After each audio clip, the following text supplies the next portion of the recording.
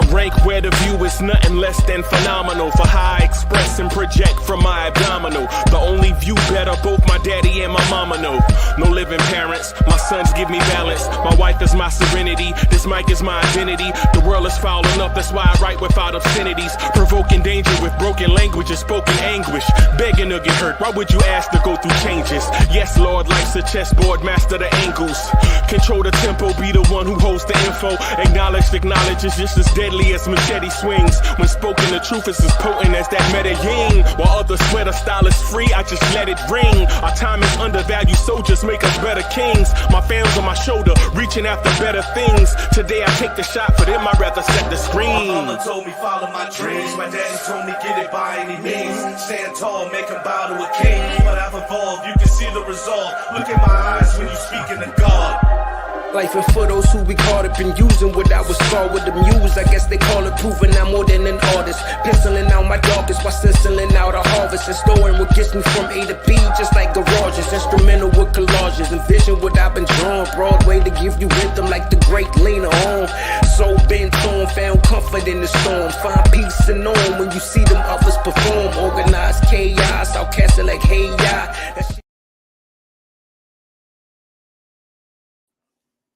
Yo, party people in the place to be. What's good? It's the #1 chief rocker in Knicks universe, your main man, Uncle Freezie. Welcome to the Knicks at Night podcast, very late night edition. Y'all want this party started right? Y'all want this party started quickly, right?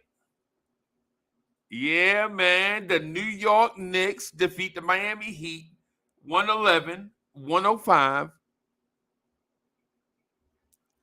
Man, this was a very gutsy performance. This was a very gutsy performance, man. This is a very gutsy performance, man. Rewatch the game. You know what I'm saying? Rewatch the game. Looked at the box score, man. Took some things in context. Man, listen, this was a gutsy performance by our New York Knicks, man. The Knicks have tied the series 1 game apiece, headed to South Beach.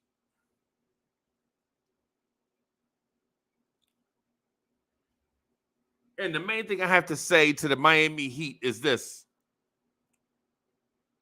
I'm going to quote the great American poet, Prodigy.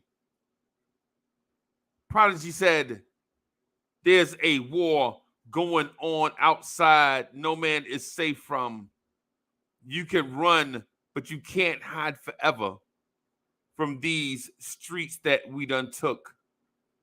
You walk around with your head down, scared to look. You shook. Because ain't no such things as halfway crooks." And listen, am I Knicks and proud? Yes, I'm Knicks and proud right now. Yes, so what? Am I Knicks and proud? That's right. I'm Knicks and proud right now. Right? Because my boys are 5-2 in the postseason. My boys are 5-2 in the postseason. Man, this is the first time in a long time that my boys are looking like they're going to be here for a while. Let me bring my guy in here.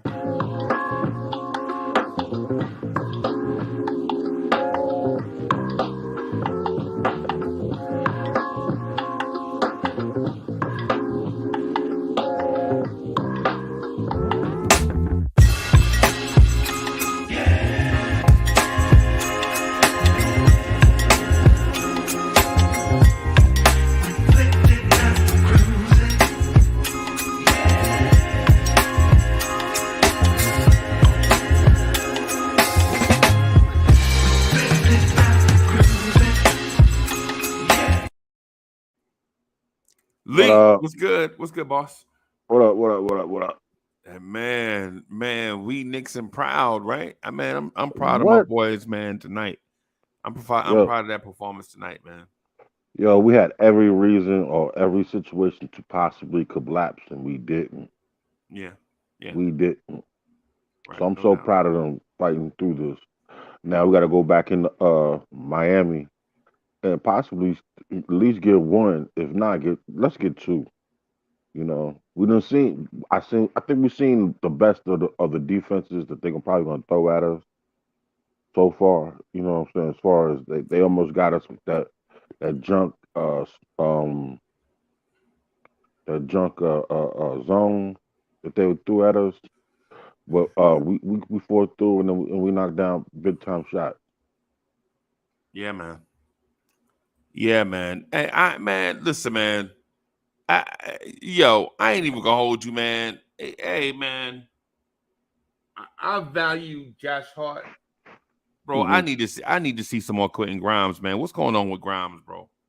You know what it is? I'm telling you what it is. He's mentally not ready for it. That's just the fact of the matter. I understand that. And I hate to say it, as bad as I want him to play, I hate to see him start the game first 5 minutes and then he's just like gone until the start of the second half. Right. And then he might be in there for the 10 more minutes and then he's done for the night. But he's not mentally ready for this. Because you know why? And I see this. He's hesitating. Because he is just not like, well, I'm open, let me shoot it. Or let me attack the basket. He's not doing none of the things that he did in the regular season. Okay. And like you said, he's probably about a half a season away. I think he may be a half a season away. He may be a half a season away. I would still like to see him have some type of offensive impact. The defensive impact, no doubt, he good. Mm. The defense, he better than Josh Hart, bro. Mm-hmm. But Josh Hart does all the other little things better. I mean, the man almost you got to look at Josh Hart. He almost had a triple double. Him and Julius Randle. Right. And we're still not playing our best basketball. Right. We're still not playing our best basketball. Knicks fans, come on, man. Right. It was ugly. I ain't gonna lie to you. I'm glad I wasn't on the screen with you tonight because I was over here cussing at my TV like it was like I expected an answer. Yeah, man. For real. And we don't know if that's entertaining either. Yeah, I know, right? Yeah. What's up, Yeah. Hey, salute to everybody in the chat. Salute to the panel, Uncle Freezie, Corey Lee. What's going on? What's good with you, brother? What's good, boss? Good game tonight. But immediately I agree. The adjustment should have been to at least give the illusion of a potential perimeter threat. You have to start Quentin Grimes in this series. Right. I think what Josh Hart does is impact the game in the fourth quarter. He's a fourth quarter guy. So what we were lacking in the second unit, putting Grimes in place of Quentin Grimes, in place of Josh Hart, kind of killed the momentum when we put the bench unit in. Emmanuel quickly hasn't been hitting his shots. He's been hot and cold. So I think the energy that Josh Hart brings is best suited with the second unit, only under the circumstance of what we're seeing right now. Again, you don't have to start him, but him in the fourth quarter has been spectacular from the moment that we acquired him. So I think that would be the only adjustment that I would immediately want to make going forward. I would start Quentin Grimes again and just make sure that in terms of closing the game, Josh Hart gets his minutes. Okay. I thought I had a joint up here for DSJ. You don't have an intro? Nah, I don't got no intro. Were we playing Hood Goddess for you? No. I never had an intro. Yeah, we got to do better around here. I got the Serato I'm working on the Serato, but let me bring my guy in real quick. Hold on.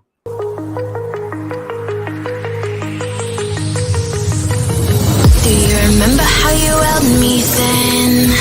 Now you've got me reaching out.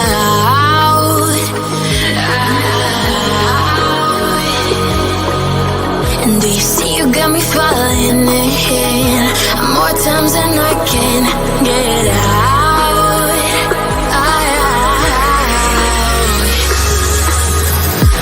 Down in the deep of my mind, I crawl for you and you're always inside. Down in the deep of my mind, how long do I got to keep you, to keep you? Down in the deep of my mind, I crawl for you and you're always inside. Down in the deep of my mind, trying so hard not to keep you, to keep you. Wiz, what's good? No, that's an intro. That's an intro. Yeah, man. Appreciate that. I got the Serato. I got the Serato app, man. I got to work on a joint for DSJ, bro. Shit, exactly. I can't believe DSJ has no intro. DSJ. Yeah, he was here before all of y'all. Yes, he was. DSJ is OG. So DSJ. All night with jamming. That's my intro right there for you. For all my audience out there. Nice intro. Yo, man. Oh, I was sweating bullets this game, man. Because I was a little shook for a while there. I was a little shook. Because no Jimmy. You know. Right. I'm like, wait a second. Are these guys gonna keep hitting threes? Are these guys gonna keep hitting threes like that? They're gonna go make us go down 2 games, go to Miami, then bring Jimmy back. So yeah. Otherwise, I'm just pleased. If we keep it in the buck, let me be honest with y'all, gentlemen. I'm gonna be real with real men, right? If we keeping it honest, yo, the referees was keeping Miami in this game. Oh, that's true. That's true. You know what? Right? No, I'm not complaining about foul calls, right? But I'm looking at every play that could have went one way or the other. Mm-hmm. Miami get the benefit. Exactly. You know, all season Freezie, I've been the one saying, "No blood, no foul, Brooklyn style." I don't depend on the refs. Despite them, I'm going to beat them anyway. Tonight, I changed my mind. Tonight, that this game was being right. Let me bring in my guy. Hold on.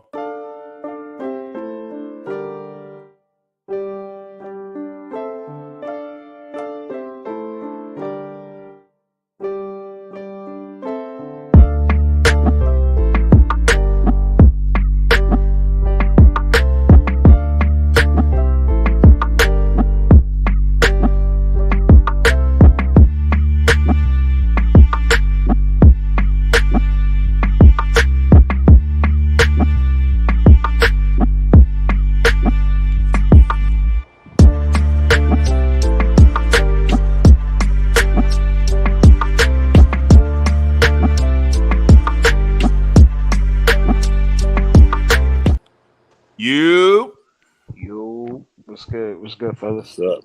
Sorry, Jens, I got a call. Yo, salute Dre. What's going on? I'm chilling, Wiz. I got a call in the middle of my dialogue, my diatribe. I got a call. This is an important man.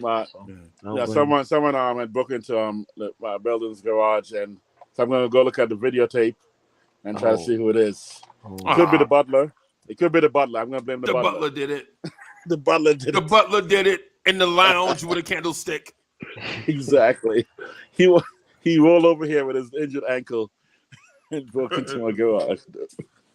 So I'm sorry, but anyway, basically, I'm just want to say I'm pleased with tonight's game in that RJ is showing his skills, Randall is showing his skills, Brunson is showing his skills, Hart a little erratic but showing his skills, and so it's falling into place as each person keeps on stepping up.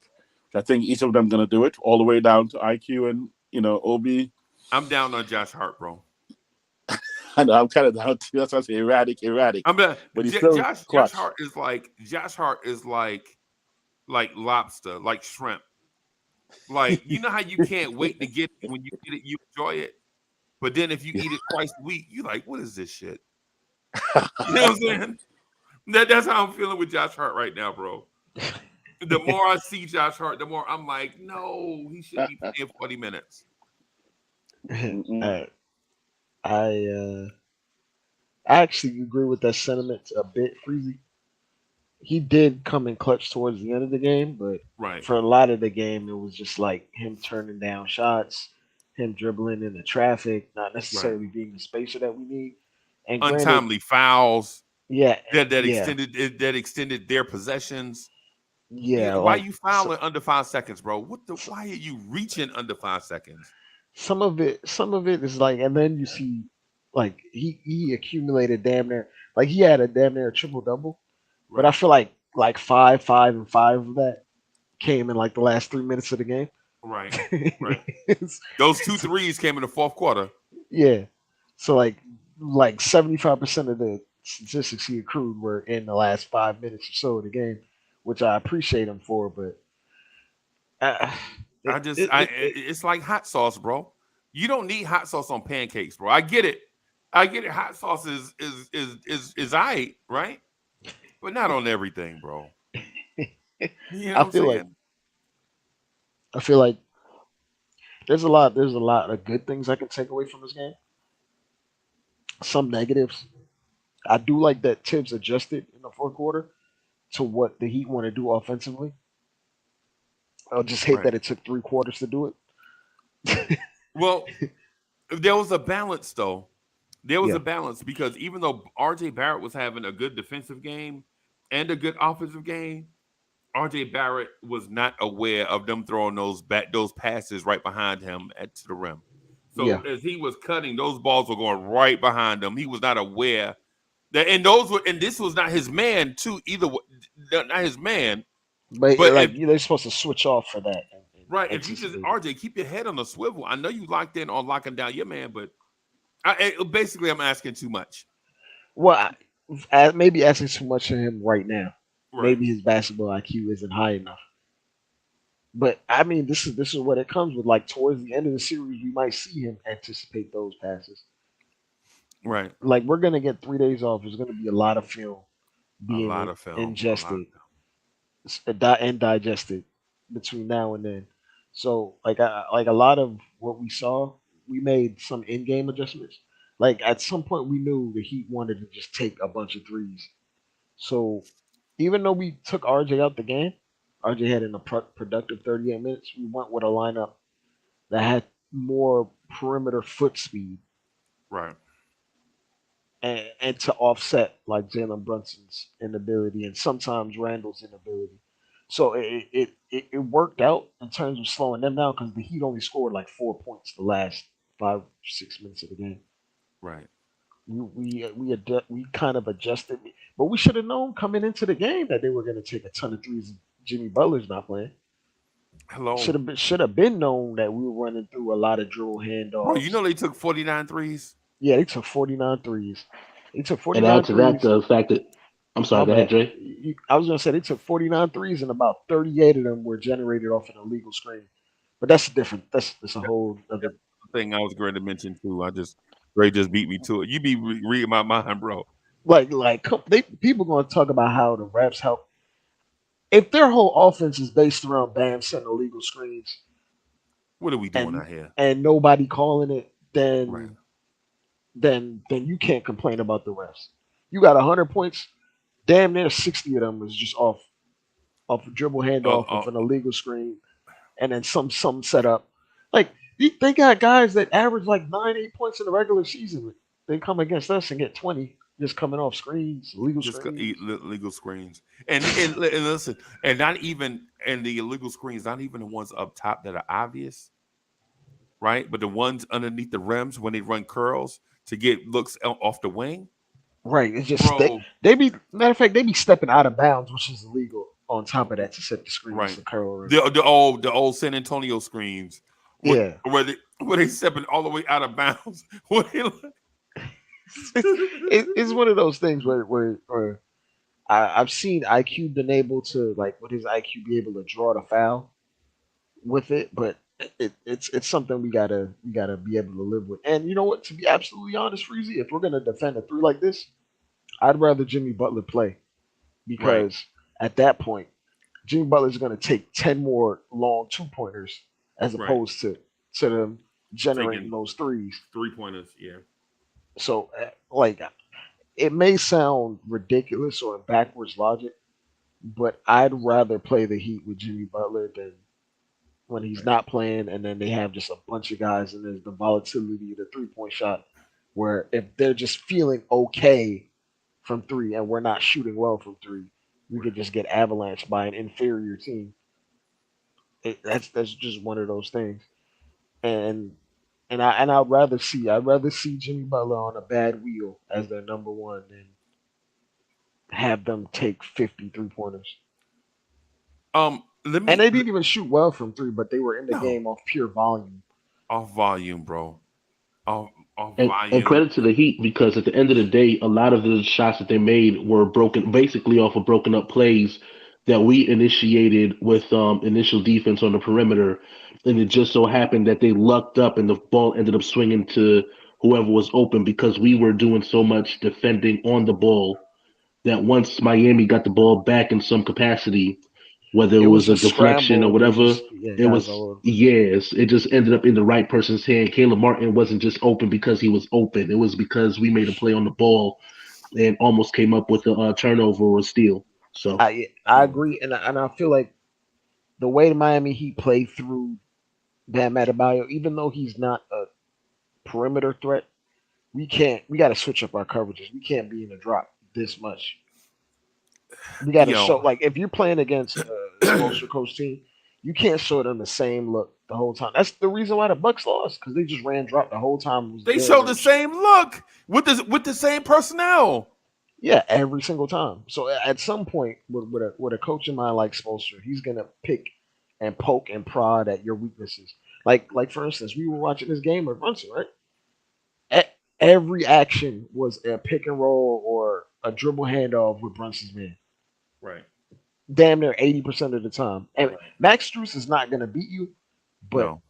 the fact that Jalen Brunson is not a good defender and guys can just shoot over him, Right. they're just gonna try to exploit that. They're trying to win within the tiniest of margins to maximize anything. Dre, a couple of things though I want to add just to what you said, right? For Mhm. one, the Brunson not a good defender thing is the exact reason why I don't think for large stretches of the game you can play Josh Hart and Jalen Brunson together. Because while Jalen Brunson is a poor defender, Josh Hart is a willing defender. He's not a great defender. Like He's yeah. he's No. not as good a defender as Quentin Grimes Nope. or Emmanuel Quickly. He's just out of those out of And I those think to that point, I think we should just go back to our original starting lineup, even if just go back Grimes is to the not hitting. original starting lineup, man. Yeah. Because a lot of the things like the spacing, it they have to honor Grimes. Like even when Grimes is missing, Grimes is taking heavily contested jumpers. When Hart is off the ball, they're ignoring him. They're ignoring him, bro. And yo, I'm gonna bring Adam in real quick. Hold on.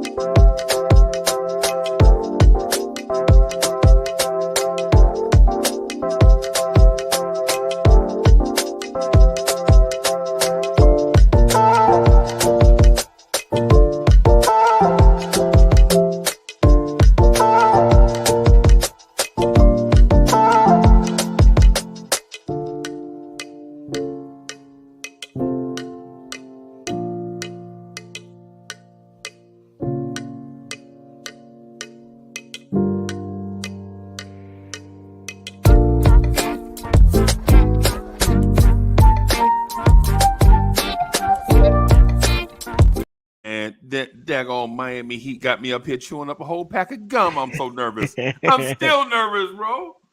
What's up, Adam? What up, what up, what up, everyone in the salute, Adam. panel, What's in the going on? chat. Adam. Yeah, that was an exciting win, y'all. What up, Adam? More like nerve wracking. What up, Corey? But Wiz, Dre, What's up? Renato. What's up, boss? I ain't want to completely step on your toes, Adam, but I wanted to mention one more thing. I think I think Hart is much better with the bench unit because number one, if we're gonna have Randall out there, Randall is a rebounder, which kind of diminishes the whole point of Hart in a starting lineup. In my mind, against this particular Heat team, because you Right. kind of need more foot speed and you need more agility on the wing. And I feel like Hart activates IQ and Obi to an extent because he helps push the ball with the second unit. Because it offsets the fact that Obi is not a good rebounder. Right. It offsets the Yeah, fact that that's Obi his strength. needs, He's a strength guy in transition, yeah, where he's a exactly, it allows you to keep defenses honest, trying to guard transitional play. Obi Toppin is a rim runner, so you have to worry about him with the lob. You also have to worry about him passing out the IQ. You saw in the third quarter it didn't work in our favor. It ended up becoming a turnover because there's nobody to keep up with Josh Hart once he got the rebound and started going in transition. So I mean that's kind of the point that I was alluding to with Grimes being the benefactor playing in the starting lineup. He's a potential perimeter threat at all times. So you have to honor and defend that consistently. With Josh Hart in the starting lineup, you can kind of sag off and focus in on other targets such as Randall, Brunson, and at this point right now in the postseason, RJ. right. I agree, and just for just for like her clarity's sake, like we've seen Grimes guard Jimmy Butler well this season. We've seen it already. Like Jimmy Butler is a great player. He's going to get his numbers, but I'm not deathly scared of putting Grimes on him for stretches at a time. At least 6 minute spurts to start the game, just to get our other guys settled in, and they don't have to be cramped up in terms of spacing. Right. Right. And we'll give RJ his credit for for initially putting the team on his back offensively to begin the game. And he's done this multiple times throughout the playoffs where nobody really has anything going, and he steps up. Me and Greeny, I think me and Greeny counted 8 shots that RJ created in the first half for others, and they either did not take the wide open shot or they held the ball and tried to recreate a shot and it wasn't there. Yeah, man, it's like we're seeing him blossom in real time in Right. the most high leverage situations, not Yep. regular season games in January where he has a shot off and he isn't necessarily featured. Good things happen when RJ has the ball in his hands more often than not. Bro. He is super like he is super proactive. Like when he has the ball in his hands, particularly when the game starts, he's playing at a very high level for a 22-year-old. And this is 7 games, bro. Yeah, 7 like playoff games. it's 5 in a row and playing at a high level. Yep. And if we're keeping it a buck, he played at a high level the first game. He just was brick. He just couldn't The hit a shot shot. wasn't there. The shot wasn't there. Yeah. Yeah, it was the second game that was bad, but everybody was bad that game. Yeah. Well, I don't even want to say RJ was I bad guess in the that Cavs. second game, but I understand where you're coming from. That's the game that we lost to Cleveland, right? Mhm. Well, in that game, RJ was bad because he was forcing it because he was looking around at other players not having it, and Mhm. you can tell he was forcing it. He was forcing it recklessly because everybody else didn't have it. I saw that. I recognized that in that game. I was like, it's what winners do. Facts, and this is what separates RJ from like when people used to compare him to DeAndre Hunter. And he has that aggressiveness, the thought of I want to put it on my shoulders. Whereas some other guys from his draft class, even Darius Garland, he will not show up when he needs to, or he will not imprint his force on the game. At times, he will just not exist. Right. And this is something. Unless his shot is going. And yeah, and this is the mentality that I'm loving to see from RJ, where he's being aggressive but measured in his aggressiveness. Like, just not like he's attacking the paint with purpose. Either I'm gonna, if I don't create the advantage in terms of getting my own shot and a clear one-on-one, then I'm gonna kick it out. Okay. And I'm appreciating his thought process and his. I mean, this is something that he's figuring out against elite defenses, by the way. Right. And against elite coaches, Facts. strategizing, coming Yep. in, trying to stop him with game footage, knowing and in high leverage situations.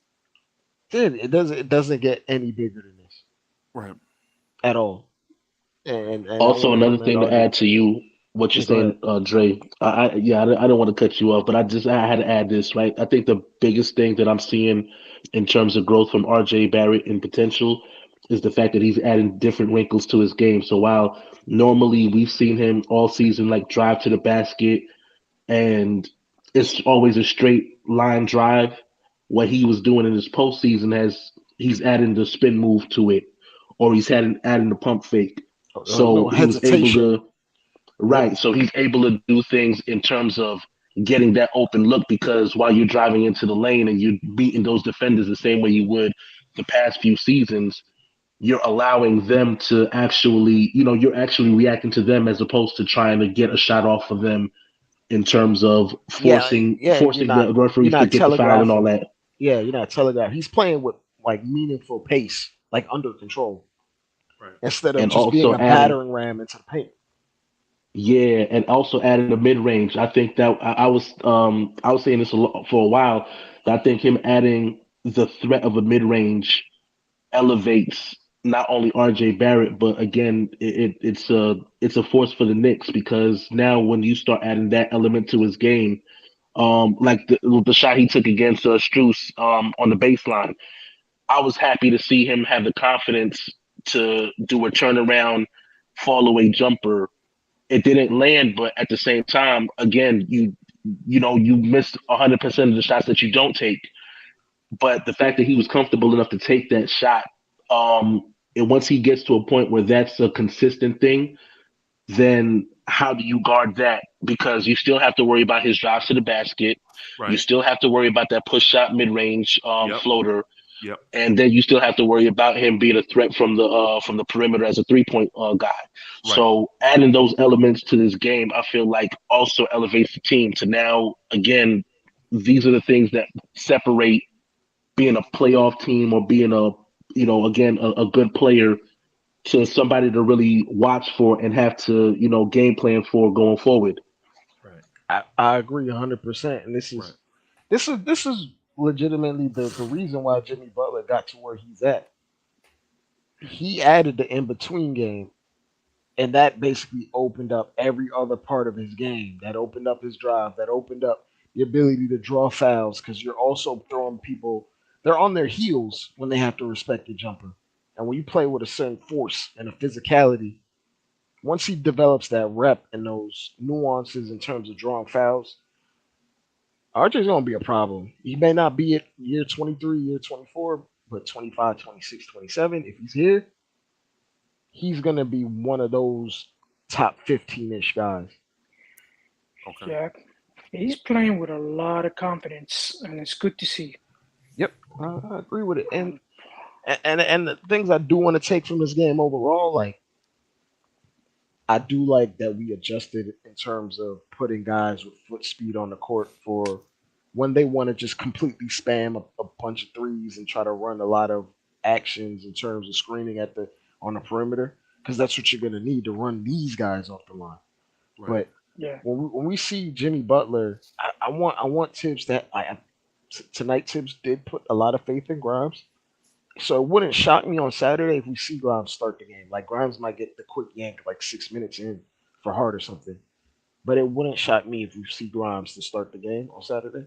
Because we're seeing yeah, he's like slowly working him back in and then you put him in high leverage minutes to close the game out. And it's something that I love to see. Now we need to get Grimes shot going. But Grimes just being on the court with a broken jumper is to be respected from the perimeter over Hart. And that is not a gripe to Hart. This is just continuous depth where we can come at Right. teams in waves instead of like the thing that makes Hart so great is because he plays at maximum like intensity. But after 40 minutes it wavers, he can't keep it up. Like no sane person or Right. like normal human being can maintain that level of physicality and energy and motor for 40 minutes. And Dre, And you I, know what else though? yeah, Even that, to your point, the thing, even with that, the energy off the bench thing is kind of like a change up because it throws off the normal course of the game. Like guys are out there playing hard, but then when you just bring out DSJ, you remember that movie Cable Guy with Jim Carrey? Oh yeah, You remember him in the pickup games? I do. When you Running bring on the in back of Jack Black. yes, yes, when you bring in the Cable Guy, it disrupts the whole flow. But then when teams get 40 minutes of that, they get used to it. yeah, As a matter of fact, beware of guys with big mustaches and sunglasses in the when you go into restaurants because they're quick to assault you in the bathroom, and I don't want none of these Knicks fans to have to deal with that in Miami. So please, by all means, beware of Please. those guys that act like they're in the bathroom and trying to take what I'm saying your money for giving you some shampoo and some hand soap. Please be aware. be on alert. Please Knicks be are going aware. to MSG South, by the way. Yes. We're You going know, to I was, MSG South on Saturday. I And was also another happy. thing too to add to the heart coming off the bench, in terms of boxing, right? Always setting up for the counterpunch. What I think a lot of us fan bases forget to mention, or to look for, are the guys that we're setting up for going forward in on the second unit, right? So while you have Kevin Love coming and starting in the game at the power forward position, and him being a specific um three, basically a three guy. I call him re and three rebounds and 3 pointers. The energy that Caleb Martin brings is different, and it's almost like what Josh Hart does for the Knicks in Yep. terms of his, relying on his athleticism, his defense, his scoring Motor. prowess in terms of transition. So when you take that away from our bench, how do Leaves we a counter hole. those things? Yeah, leaves a Who hole would for you sure. rather have right now, Dre? Caleb Martin or Emmanuel Quickly? The way they're playing right now, Caleb Martin, but in reality, You mean Emmanuel in long? You quickly, mean long term? yeah, long term, Emmanuel quickly. Yeah. Like, matter of fact, Emmanuel quickly, the next game might have a game better than Caleb Martin has ever had in his career, which is like, it wouldn't shock any of us. I think it would shock me, bro, because I've No, been no, no. I'm waiting. just speaking I've from been like a waiting. talent perspective. I've been waiting Just since like Game 3 of the Cleveland series. he had a Uh, decent. I think he had a decent game in the closeout, but that's about it. It's yeah, when been the pretty pressure was bad. off, he showed up.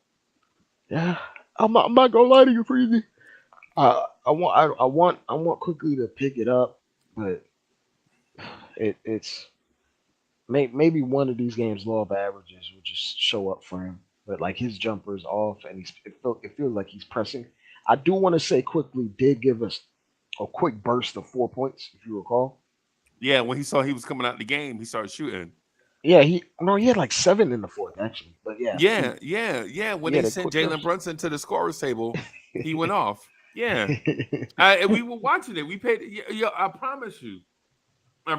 When he saw Jalen Brunson get up, he got aggressive. Right? And then Which actually started taking good shots instead of long three yes, pointers. yes, yep. And Yeah, and that's all I want. I want from him in terms of just being aggressive. And I feel like Josh Hart being on the court with him against second units where they can push in transition and get easier looks. It's something I'm looking forward to. Also, there's one thing that I want to give Tibbs credit for. Miami had zero fast break points tonight. Absolutely none. None of that Kevin Love outlet stuff. It was a concerted effort. People were getting back in transition. Yeah, we yep, were we yep. were making sure only specific guys crashed, and Yep, it's and two guys get sent back every time, which yep. I'm appreciative of.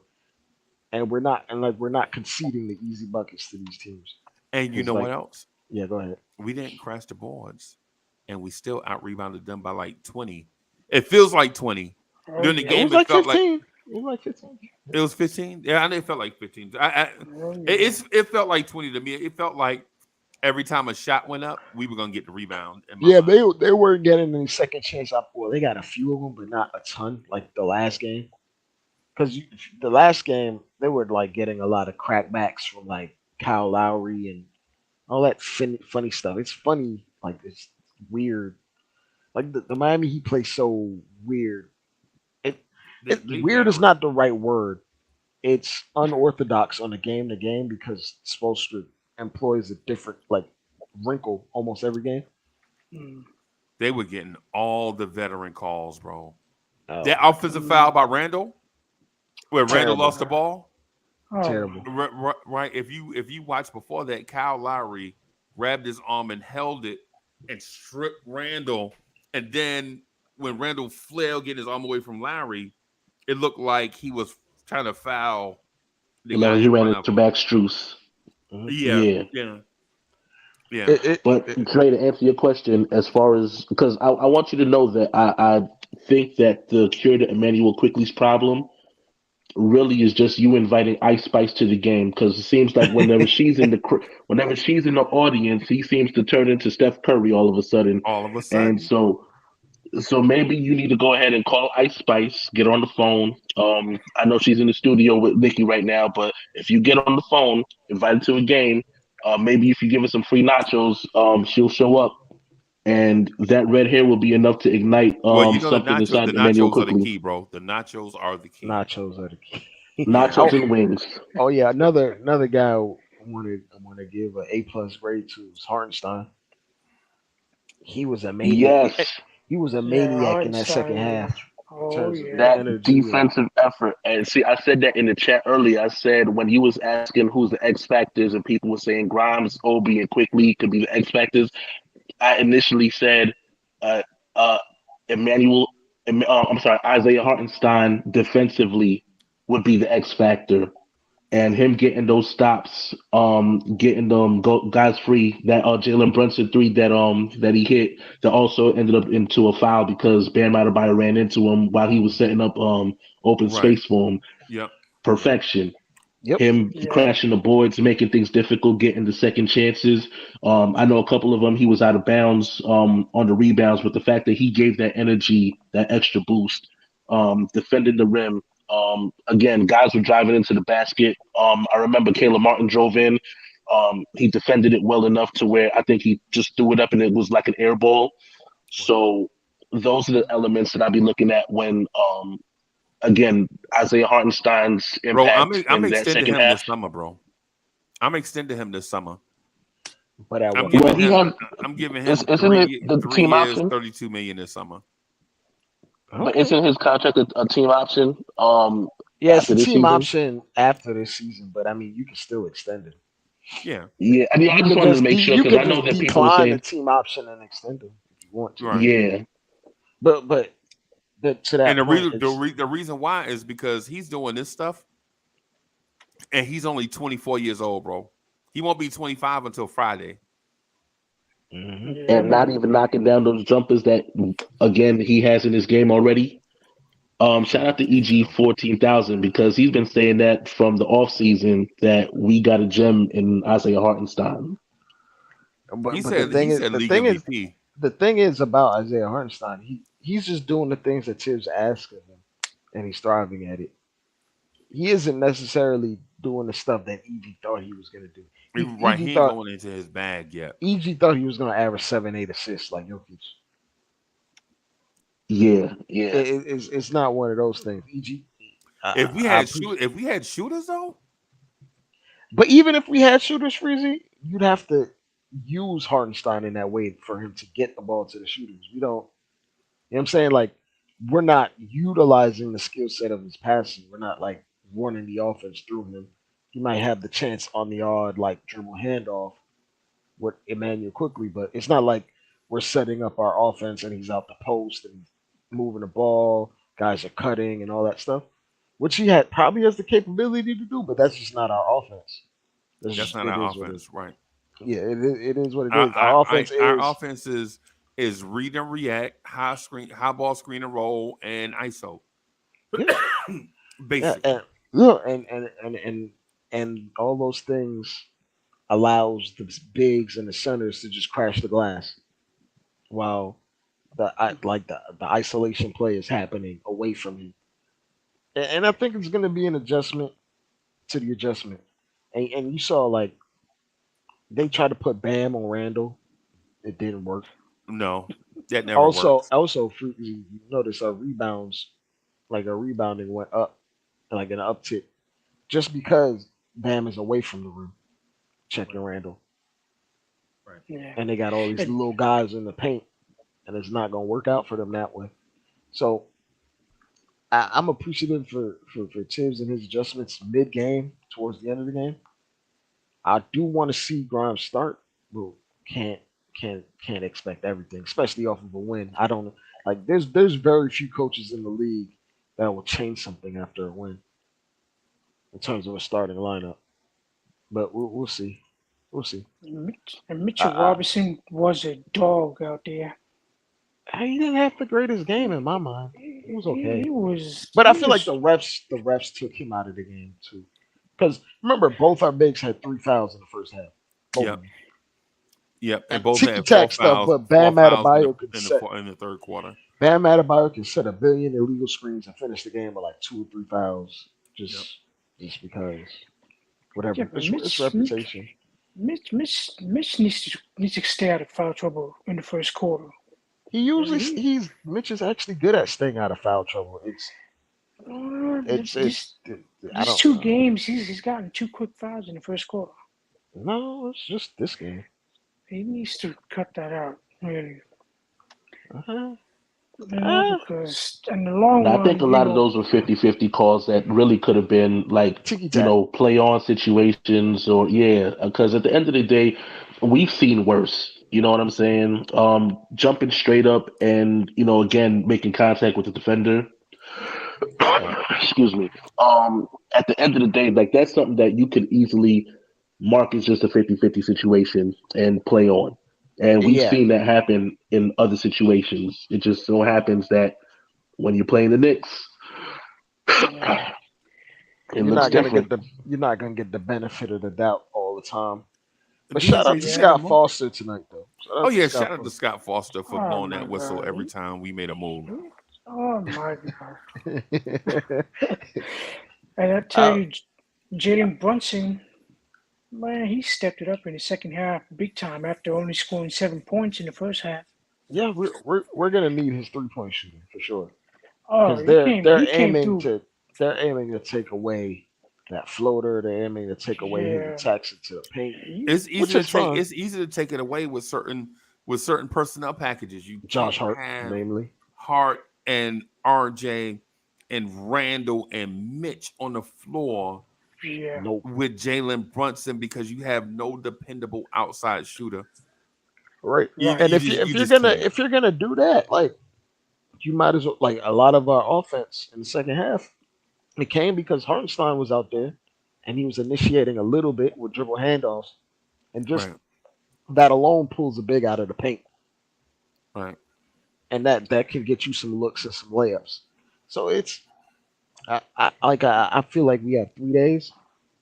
Tibbs is Yeah. gonna cook up a whole lot of stuff to Yeah. throw off the heat. Now it's gonna test Spo's metal in terms of his adjustments in game, but a lot of the stuff that we're gonna see in terms of coverages, I fully expect us to not completely be in the drop every game. I mean every possession. Right. Yeah. I anticipate us changing our looks and like in terms of coverages a little bit, not too much, because the Miami Heat play a little bit different when Jimmy, but they still put up a ton of threes, but the way they get their threes is a lot more predictable Right. in terms of rotations when you have I'm not Jimmy even. Butler out I'm there. not even running drop coverage against them if it's me, Mm. because for one, the Miami Heat have not proven that they have a point guard that can turn the corner and attack the basket. No. Two, the Miami Heat have not proven that their role man can catch a ball in traffic and finish at the rim. Right? Knowing that they want to shoot the 3, the pick and roll for them is a dummy action for them to find a open 3-point shooter on the perimeter. Yeah, it's a dummy action to get you to overreact to cause like a breakdown, which is basically what they ran the first 3.5 quarters when Brunson was in the game. Right. They were looking for whoever Brunson's man was. We're gonna run a pick and roll or a dribble handoff with that guy, make you overreact, and then we're gonna find another shooter. Right. But to be honest, I think the problem isn't that they don't have point guards able to turn the corner. I think the problem is that you got such a valuable rim protector in Mitchell Robinson that no matter how you get to the basket, he's always going to be a legitimate threat. Game one, he proved that twice when you had Gabe going under the basket baseline and he blocks that. The second one was when Kyle Lowry got past Jalen Brunson in the fourth, and he sends that shot back out to the perimeter. Right. And Jimmy Butler just happened to be the beneficiary catching the ball and making a play on the ball. And I think going forward, that's always going to be the legitimate threat. Add to that Hartenstein comes to the game and can provide the same type of threat. So even when Mitch is sitting, Hartenstein can kind of give you that a little bit. You know what I mean?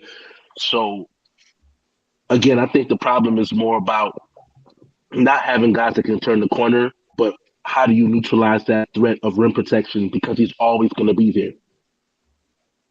Yeah, I agree. Yeah. I think like because they're always going to be there, we don't have to overreact and send double teams and help at the nail.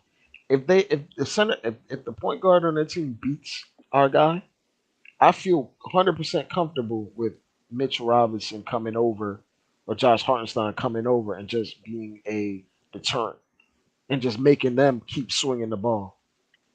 And we stick to their shooters because without a screen, none of their guys can get open. Not even Jimmy Butler. No. Jimmy Butler needs a screen, bro. He's not crossing you up 30 times from the half court and getting to your spot. He ain't gonna sauce you up and blow by you off the dribble. No, it's a lot of those. What he Jimmy eat Butler at handoffs. is dump downs off hammer screens, like Kevin Love being a 3-point threat on the perimeter, and he'll curl right in front of Love, and Love will just hit him on a hammer screen where Jimmy Butler's got his momentum going to the basket. That's it. Right. And the easiest way to counteract that is just switching a bigger guy on him. It drove me. What do you mean by bigger though? What do you mean by bigger? No, like on those hammer cuts. No, I'm saying what about a bigger screen? What about a bigger man? What do you mean by bigger? I mean, because Jimmy Butler's like 235. Are you talking about? No, like when they do that with Kevin Love, usually the man on him is the power forward. And when you watch the Bucks series, they refuse to switch that action. Where they could have had Giannis come through and just hedge real hard and stop that cut from stop him from crossing all the way into the middle of the paint with that cut. Right. Instead of when he crosses, he has like a recovering guard on him, which he could just like do a little jump hook over or a little push shot over. Instead of he did that to Josh Hart in game one. He was doing Josh Hart like that in game one. Right, where all you had to do was switch that action with like Julius Randle or even Mitch, and that'll be a deterrent. And Jimmy Butler will default into playmaker mode and pass the ball out. But if he does that, you're sticking to their shooters, and they're not going to get. That's why I wanted Obi. That's why I wanted Obi to guard him. That's why I asked you the question. The only thing about that, Freezie, Obi's not disciplined. If you saw in this game, Obi jumps at every fake, and you know what you're gonna get out of Jimmy Butler. All the fakes in the world. Yeah. Because you saw that one particular play, Obi jumped on a fake at the rim on a guy that's shorter than him. Why are you jumping? You could just put your hands up. Right. He jumped and then he fouled him. I think he got an and one or something. Right. So it's one of those things where I would trust Obi with that if he was disciplined enough to stay down. But he's not. And when you're dealing with someone like Jimmy Butler, who is a free throw merchant, all he got to do, master of creating a foul. All he got to do is when you see Obi on the switch, he just gonna throw that pump fake, maybe even throw two of them, throw his shoulder into him, draw the But foul but on that him but that's off a part of reputation. leapers. That's in a leaper's DNA to jump. Yeah, You man. But Freezie, Kevin Garnett was a leaper, and he figured out the nuances of defenses. But he's one of the no, greatest. Sean Kemp was a leaper. Yeah, Sean Kemp was a leaper, and how you beat him is a slight head fake, and he jumping through the roof, bro. not even a slight head fake. You could just look. You could use your eyes and look at the rim. And he's going. Oh, you want to go up? Bro. Oh, nah. I'm gonna make a highlight block out of this. Yeah. Marcus Camby, we used to roast Marcus Camby with that little head fake. Kirk Camby was gone, bro. It took Marcus Camby till he got to like the Rockets to figure out not to jump. Yeah, until Camby started getting heavier. You remember how heavy Camby started looking towards the end of his career? Yeah, yep. He became a better defender, not because he was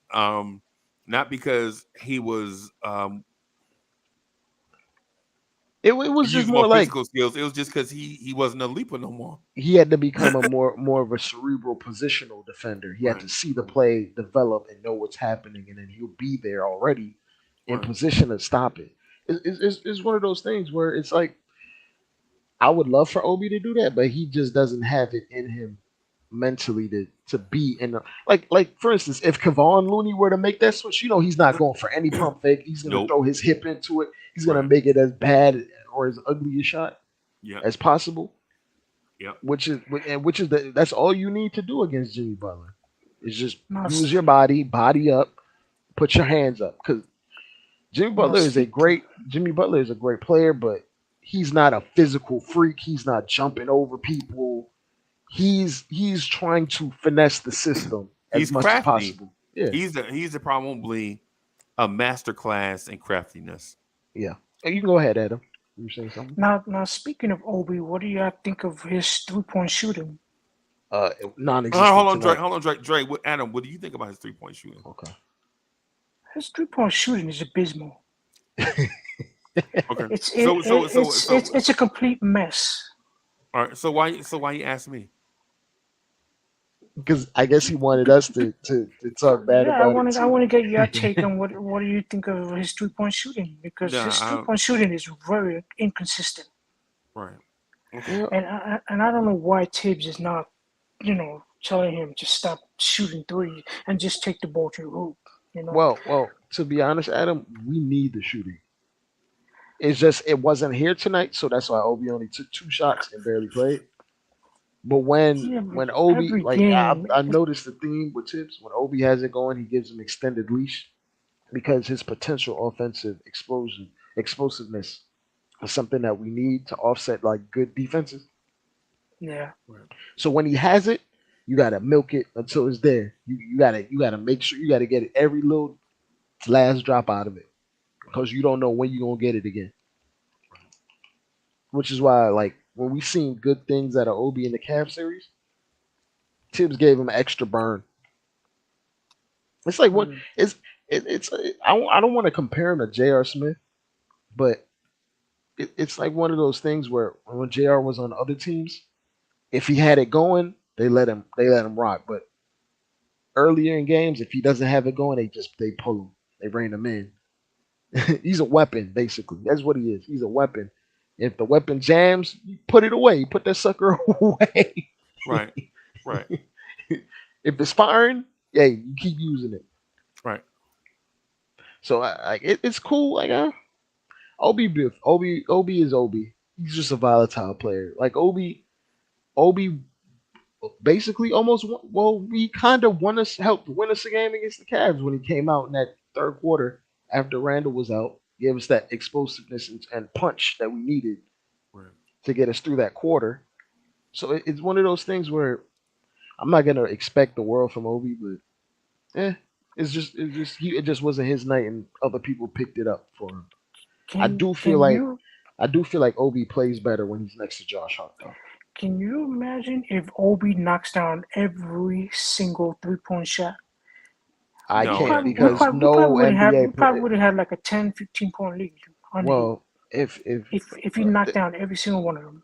Well, Adam, nobody hits every three. Relax. Like Stephen Curry doesn't hit every three, and he takes. No, but he the hits greatest shooter majority. ever. He hits majority of them. No, he doesn't. Yes, he does. Do you Nobody know what hits, majority bro. means, Adam? Majority is more than 50%. Yeah. Oh, Steph Curry. He's the greatest 3-point shooter of He's all a time, and he legit. still shoots 40%. Steph Curry's a legit 3-point shooter. Not legit. He's the best one ever, and he doesn't He make wasn't the legit. majority. He wasn't legit to that tonight in the game tonight. But Yeah. you know, But you gotta have context, Adam. Yeah. What you talking about, bro? You What's need going on? context, Adam. Like Yeah. nobody no, makes all their threes. I'm just saying that Steph Curry's a better 3-point shooter than Obi. Steph Curry's the best one ever. Relax, And my bro. Adam, my point is the best shooter ever misses shots too. That's my point. I agree. So you can't expect Obi to hit every shot. Right. You gotta wonder what Tibbs is thinking when every time he sees Obi shoot a three and he it hits an air ball or he doesn't even touch the rim. He Right. just sees that as Obi's not hitting tonight, so I should just go to someone else. Yeah. That's it. Nothing more, nothing less. Yeah, man. He is who he is. That's fine. Yeah, man. But that was a good team win tonight. Yeah, it was a good team. I mean, I wish we would have like pummeled them immediately. That's what we should have done, but we dragged it out. We figured out a few things that we can use against them that might translate later on in the series. Yeah. Like Brunson got to his spots that he was having trouble getting to in game one. Right. A lot of it had to do with Brunson just ultimately hitting his threes tonight, which he did. Right. Make or miss a league, of course. And what do you think the Knicks? What do you think the Knicks got to do on defense to stop Gabe Vincent from knocking down all those 3-pointers that he shot tonight? I'm gonna keep it real with you, Adam. I don't think we need to do too much with him. He's just Gabe Vincent is not going to shoot like that this whole series. That was just That's true, but well. if he's open, he's gonna knock him down. Nah, I'm gonna tell you right now, Gabe Vincent. First off, the last game that we lost to the Miami Heat in the regular season is the same thing that Gabe Vincent did in these past two games. You give him these open looks, and he's gonna knock them down. So for me, the solution should be either Jalen Brunson tighten up, guard your man. You need to play tight to him. You know what I'm saying? So that's not you happening. need to be So irritant. what's the other option? So the other part is now you have to switch RJ on him because RJ, when he started guarding him, edging his hands at the ball at times, it threw off his rhythm. And then next thing you know, you're starting to see him pick up his dribble, pass the ball out. He did that too. He did that already. The Knicks did that. And then what happened was Caleb Martin just started roasting everybody. The other, because when you take your big wing and put him on their small point guard, a lot of times that means you take your small point guard and put him on their wing.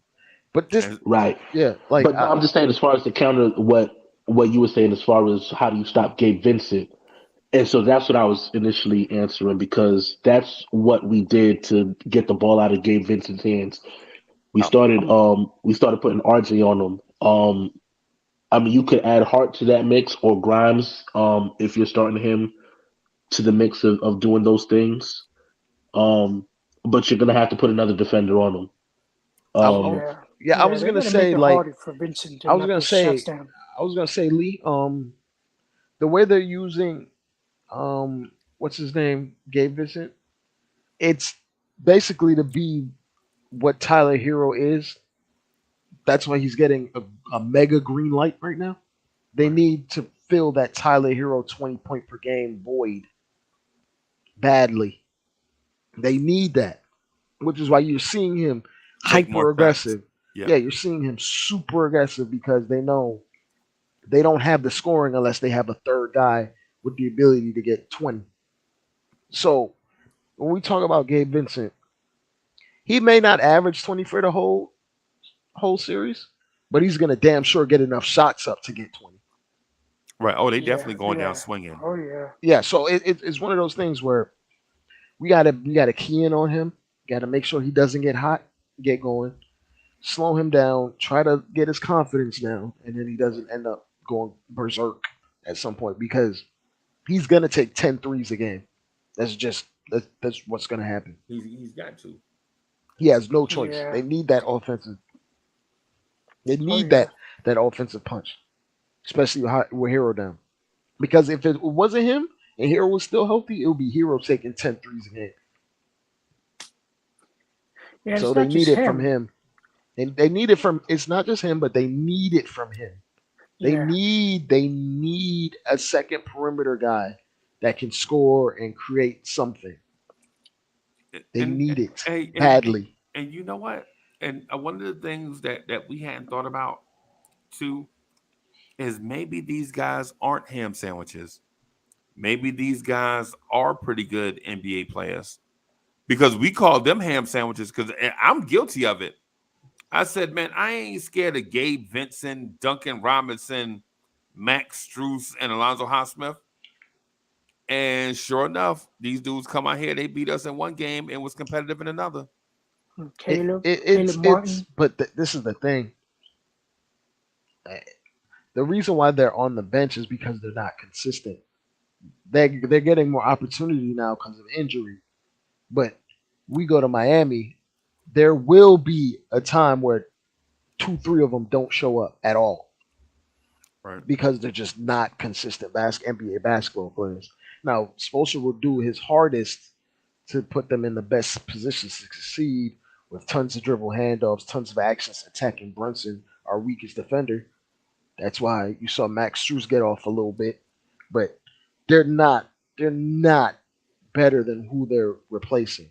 Like Tyler Hero is much better than all of these guys, all like of combined. Defensively, they're better than Tyler Hero, probably For sure. But, Absolutely, but for sure. offensively, they are not even close. And when we talk about their rotation, it's pretty solid in terms of hiding Tyler Hero. Yep.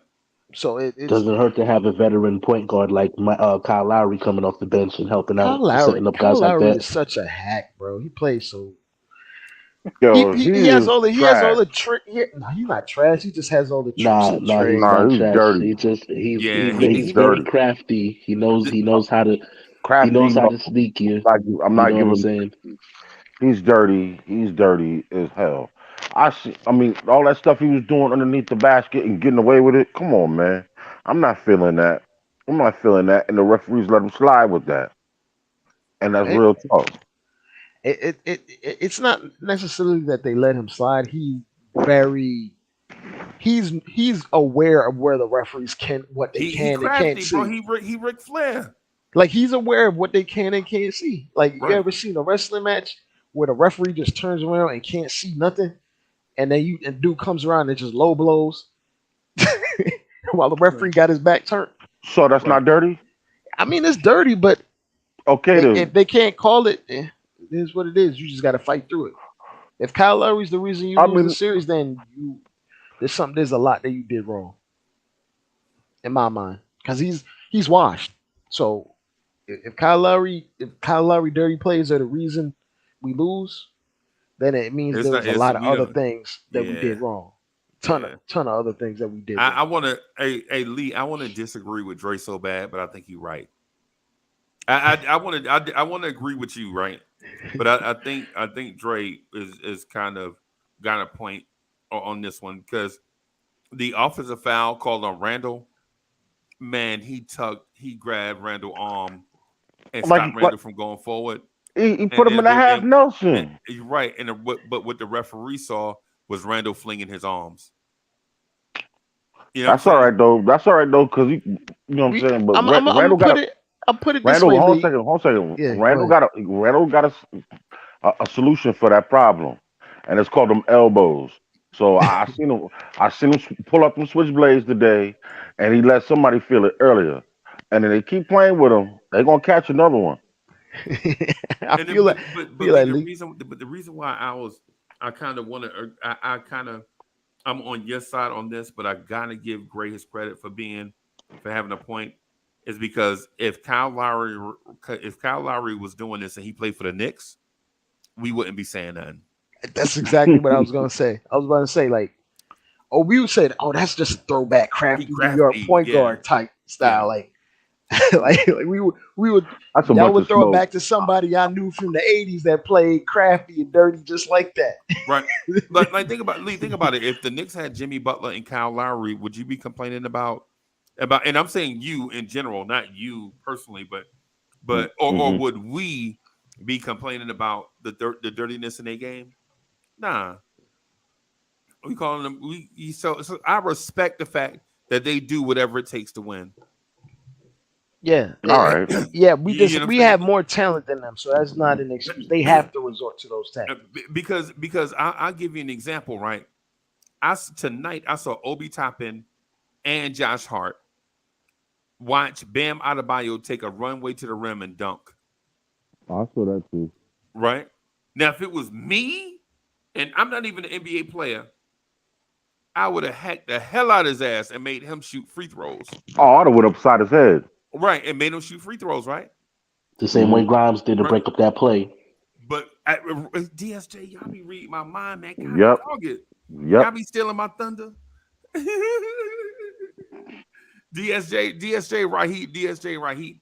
Absolutely. Grimes came in there, saw the same thing, and Grimes went right to him and hacked him.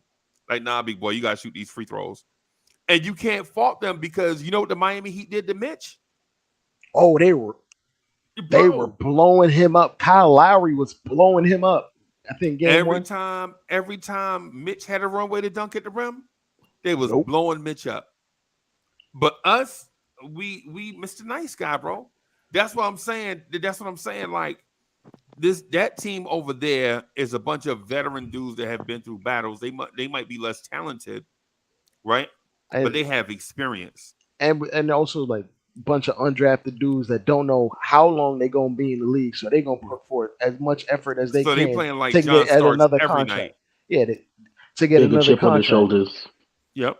Like Caleb wants another contract. Max Strus wants another contract. Gabe Vincent wants another contract. Hell, even Duncan Robinson, he got paid. He wants to stay in the league and get another stay one. In the league, man. He don't want to get traded to a loser. Right. So it's one of those things where the Miami Heat had to get these undrafted guys because they're so capped out. But these undrafted guys play with like a vigor and a verve. Yeah, they play like Starks out here, man. That's what I'm saying. This is how Starks used to play, bro. Cats complaining about Gabe Vincent, bro. John Starks used to do that to teams on a nightly basis. Like, how you can't stop him? He undrafted. Michael Jordan, I know Josh Starks used to hack the hell out of people. Because they gave him 6, he was going to use at least 5 of them. What you taking them home for? And we talking about, like, when we talk about these undrafted guys, they're guys that I won't say they lucked up on an opportunity, but it's very, very hard to make it in the NBA undrafted. Very hard. And they want to lock in that spot. They want to stay in the league for as long as possible. Right. Because they never had it. They never thought they would have the chance for generational wealth like this. Right. So when we talk about these guys, they trying to move their mom out that single wide. Right. Yeah. Trying to move their mom out the projects. Yeah. Like none of these guys are heralded. For the most part, had scholarships. A lot of them were like Duncan Robinson was a walk-on in college. Yeah. Yeah.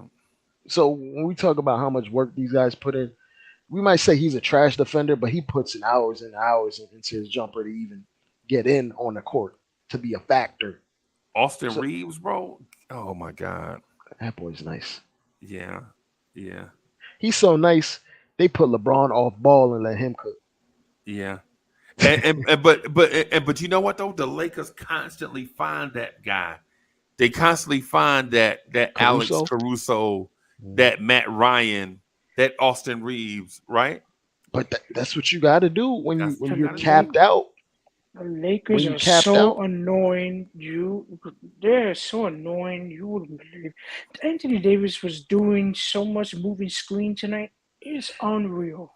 Well, I mean, they're playing the Warriors, and if you know one thing about the Warriors, they have Draymond Green on that team, and you know Draymond. They also have Kevon Looney, notorious for those moving screens. So it's one of those things where they can't call it all, because if they did, Bam Adebayo would be fouled out 6 minutes into the first quarter. Yeah, and both of them teams suck anyway. I won't say that. They looking. If Yeah, they call Well, the moving Lakers are screens all the looking time, okay. Lakers are looking okay in my mind. if they call moving screens all the time, I don't think Golden State makes it past Houston when before Chris Paul went down.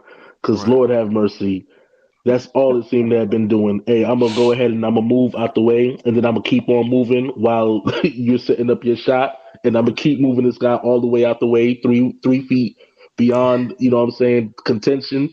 Right. It's ridiculous. So, but again, yeah, it's crazy to see Bam get away with it all first game He and got all away with it second game. That's what he does, man.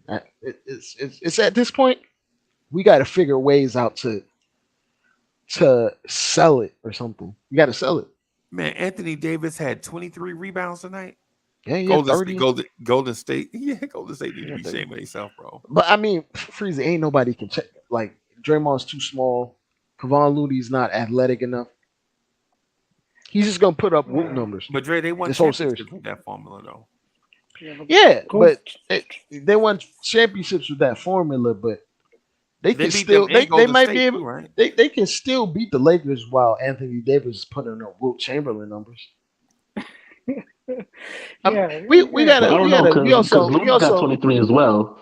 Yeah, he got a ton of rebounds, but it's like on defense, nobody can match up with a focused Anthony Davis. Like the thing that kind of confuses me about Anthony Davis is when he's locked in, he's top 4 or 5 player in the league. Yeah. When he's not locked in, he's not a top 50 player. Well, the only difference is that, as far as Anthony Davis, he probably didn't fall this game because every time he falls, he seems to miss about 2 to 3 weeks. Yeah. So maybe he just stayed upright and, played on his feet the entire time. They call him half man, half a season. They call him Anthony Day to Davis. I used to call him Mr. Glass. Yeah. I felt like some of that moving screen that Davis was doing tonight should have been called, and the officials never called him. The onus is going to be on the players to sell a call, man. Put Anthony Davis. That's one thing we don't do too, by the way. We don't. The only person that can sell sell it well or attempts to is Josh Hart.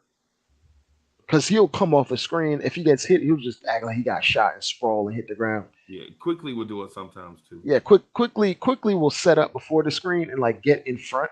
And like he'll try to set up where like someone sets an illegal screen in his back and he'll fall forward. Like he'll try to hop in front of the screen that comes up to free up the guard. And he'll hop and he'll see the action before it happens, and then he'll try to like initiate it where like you ran into my back instead of screen on my back or something like that. It's weird, but they definitely need to teach RJ how to do it and when to do it, because last game when he got that offensive foul, it's like, fam, no, that's an offensive foul. You can't sell nothing on. You can't pull the ref on that one. Yeah, but when RJ did it, it was like, yo, y'all let them do it all game. You might as well let me get one. At least let me get a screen off or something. Yeah, man. Even though it was legal, it was illegal as all hell, and RJ threw his shoulder into it like he was pissed off, which I don't blame him. Yeah, he went to the Tubi acting school instead of the Netflix one. Yeah. Nah, that was definitely some UPN sitcom acting right there. Yeah, man. I'm just. We're brothers. We're happy and we're singing and we're colored. And tomorrow is a key win for the Celtics against the Philadelphia 76ers. Hey, look, man, I hope they go all 7 games. I hope they go all 7 games. I don't care who comes out of it. I just hope they come out of there beaten up. Hey, did you hear they said Joel Embiid is so hurt that he won't get better, and this playoffs is about pain management? Yeah, he has a partial tear in his MCL, I believe. Oh, wow. It's a partial tear. It can't get worse, but it can't get better. So he's going to have to wear a brace, I believe. Yeah. You remember those big braces that Tim Duncan used to wear? Like Pat, the big knee pads Pat you used to wear? Nah, Pat had the knee pads. It wasn't doing nothing. Yeah, Pat, you had those big sofa cushions on his knee. Man. Yeah, because he banged. Like he had a whole bag of ice on his knees. Nah, he Think so? definitely did have a whole pack of ice on his knees after the game or during the game on the bench. But when we talk about Embiid, he's deserving of that MVP. Yeah. He ain't gonna be right the rest of the way, and they're gonna still focus on running a lot of the offense through him, even if he's back.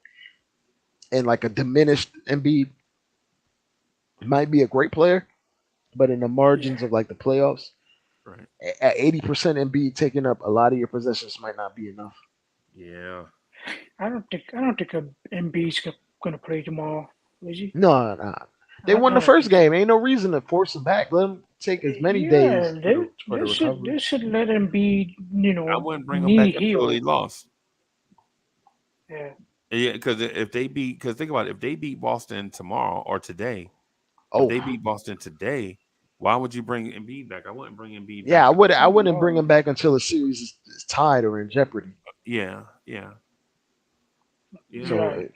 let him stew. But Or over here, you it was can his LCL, not his MCL. His Oh, LCL.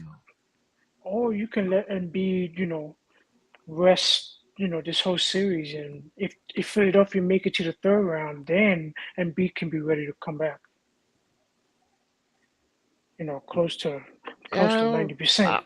no, I'm not even gonna lie. If we make it past the series and Spoelstra, Yeah, it'll probably be the two toughest tests as far as like fortitude and game yeah, planning and all. Like he's going to put you to the test in terms of your coaching, your willpower, your energy, your skill.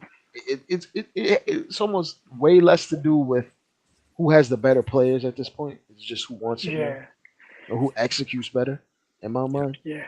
yeah. I So don't, I don't. it'll come down to that, and I think we have the horses to do it. It's just doing it at this point. Just going To out there be and doing it. honest, I don't see Philadelphia getting past Boston. Well, we don't know. I hope we've seen I, we've I, seen I we've know, I seen know we've Boston's gonna seen have a better stranger effort things, Adam. tonight. We've seen stranger things, Adam, like the Stranger team that we're things. That's playing right true. now that beat That's the true. Bucks. But I believe Boston's going to pull out a win tonight at home Well, and they need go to. to Philadelphia with a series tied at 1. They need to. And I expect the Warriors to do better in Game 2 on their home court too. I think the Warriors gonna get swept, bro. I don't know if they're gonna get No, swept. Yeah, they're gonna get. no, They're gonna. Hey, bro, no. they think about what I'm telling y'all before we just give the Warriors credit for their reputation. Just remember who the Warriors are right now in this moment, right? And then think about their biggest advantage. Is their biggest advantage Steph Curry, or is their biggest advantage home court advantage? It's Well, shooting in general. I'd say they had a healthy Steph Curry tonight, and they had home court advantage tonight, and neither Yeah. one of them can help them beat the Lakers. Well, The Freezie, Warriors we lost. thought the same for the Kings, and they came back out in Game 7 and Oh no, wait, stomped a hole in them. no, I didn't. I never thought the Kings had a Steph Curry. No. I didn't. No. You I talking meant about the like home court advantage part, right? the home court advantage part where like Yeah. the thing with the Warriors, the volatility, the 3-point shot, it makes it so that it doesn't even matter if you have home court or not. Okay.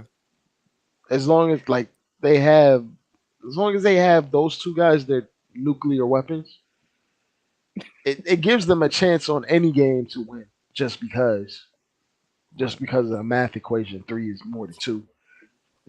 Right. like they could get slaughtered on the glass. They can get slaughtered in terms of turnovers, which it's happened a lot A over the lot of years. times they lose the turnover battle and still win. Yeah, I'm saying that's the thing. Like it happens a lot over the years where they might lose the rebound and the turnover battle, but 3 is more than 2. Yeah, but 3 is more than 2. So I'm gonna say two things why the Warriors lost tonight. First, they miss a lot of key shots, and two, the officials called some fouls on the Warriors that wasn't even fouls. you can say Oh that. yeah, it's true.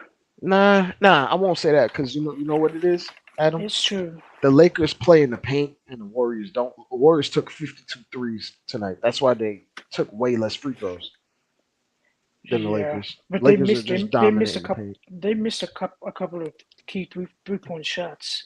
Yeah, it happens. That's the reason why they lost. Hey, let me shift gears real quick, man. I want Go to ahead, just Freezie. throw something because we got like 3 days. We got like today's 3 Wednesday, days. right? So you got Wednesday, Yeah. Thursday, Friday. and Yeah, most the of next- Saturday. Yeah, Most of games on Saturday, right?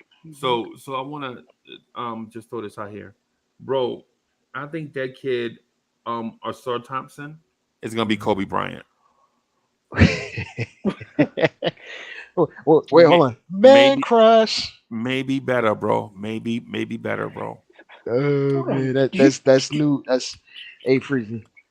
Do you know why? Do you know why they giving the Knicks and Miami 3 days off before Game 3? Because other series have to be figured out. Like Yeah. like our series ended really early, and other series went 7 and 6 games. So both of our series between the Miami Heat and the Knicks went 5 games, and the rest went 6 and 7. So it kind of threw everything out of whack. So we had the scheduling has to make things catch up. So, for instance, tomorrow the only game tomorrow is going to be the Celtics and Sixers, and the Heat, yeah.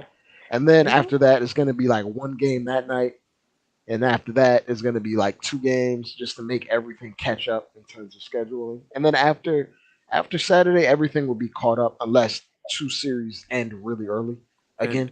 Yeah. That's crazy. Also, you got to take into account like other teams are still in the playoffs. That kind of threw up. Like for instance, the Kings were in LA and they play in the Crypto Center with the Lakers, so they had to schedule around that, as well as the Knicks had to schedule around the Rangers. That's not going to happen anymore because Rangers are gone. Because the Rangers suck. Yeah, so now you don't have to worry about, you know. Hey. And the Nets don't play in Prudential Center anymore. Hey, don't be talking nonsense about my Rangers. When I saw that product that they put out there was nonsense, Adam. Sorry. Yeah, So how you what? get shut out? How do you get shut out in a game 7? Out there, let Shesterkin out to dry, man. The only thing I'm gonna say is that the Rangers were flat from the drop of the puck. That's the same thing we said. They had no legs. They just had old legs, and the Devils had young legs. No, the problem with the Rangers is that they always have an excuse to not play the same way like they played in the first 2 games of the series. They always have an excuse. Well, guys adjust. Adam. Yeah, Well, man. you know, hockey's a way different sport than basketball. Hockey's a different sport, but Yeah, hockey's a different sport, but there's adjustments. Wait, so and strategy in it as well. Wait a minute. Hockey's different from basketball, right? Oh yeah. But for the most part, it's 5-on-5, and cats are trying to put a ball in a goal. I had this conversation with somebody else before that was telling me the Knicks are better than the Rangers. They rather watch the Rangers than watch the Knicks. In theory, bro, it's the same. In theory, there's a line cutting the court in half. In theory, it's the same. The thing about it is the Rangers suck. That's the only difference. That's the only difference because if the Rangers had won Game 7, we would not be having this conversation. Yeah.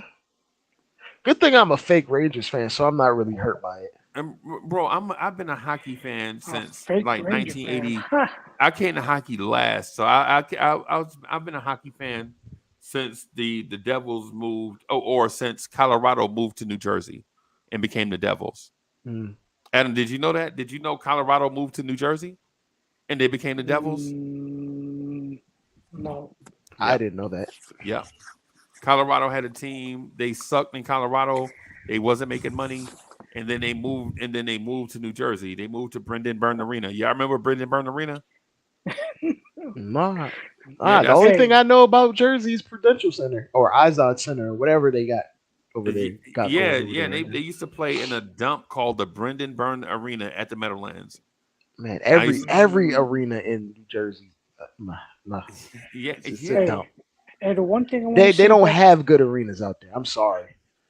Now the one thing they build them up there nice. Sorry, Adam. They build them up there nice initially, and then they don't keep them up, and they become dumb quickly. Oh, When they first come up, they be state of the art everything, and then they and don't then put no money the in them. upkeep is just it's Yeah, like you looking at 1980s tech when it's early 2000s right, in there. Okay, that makes sense.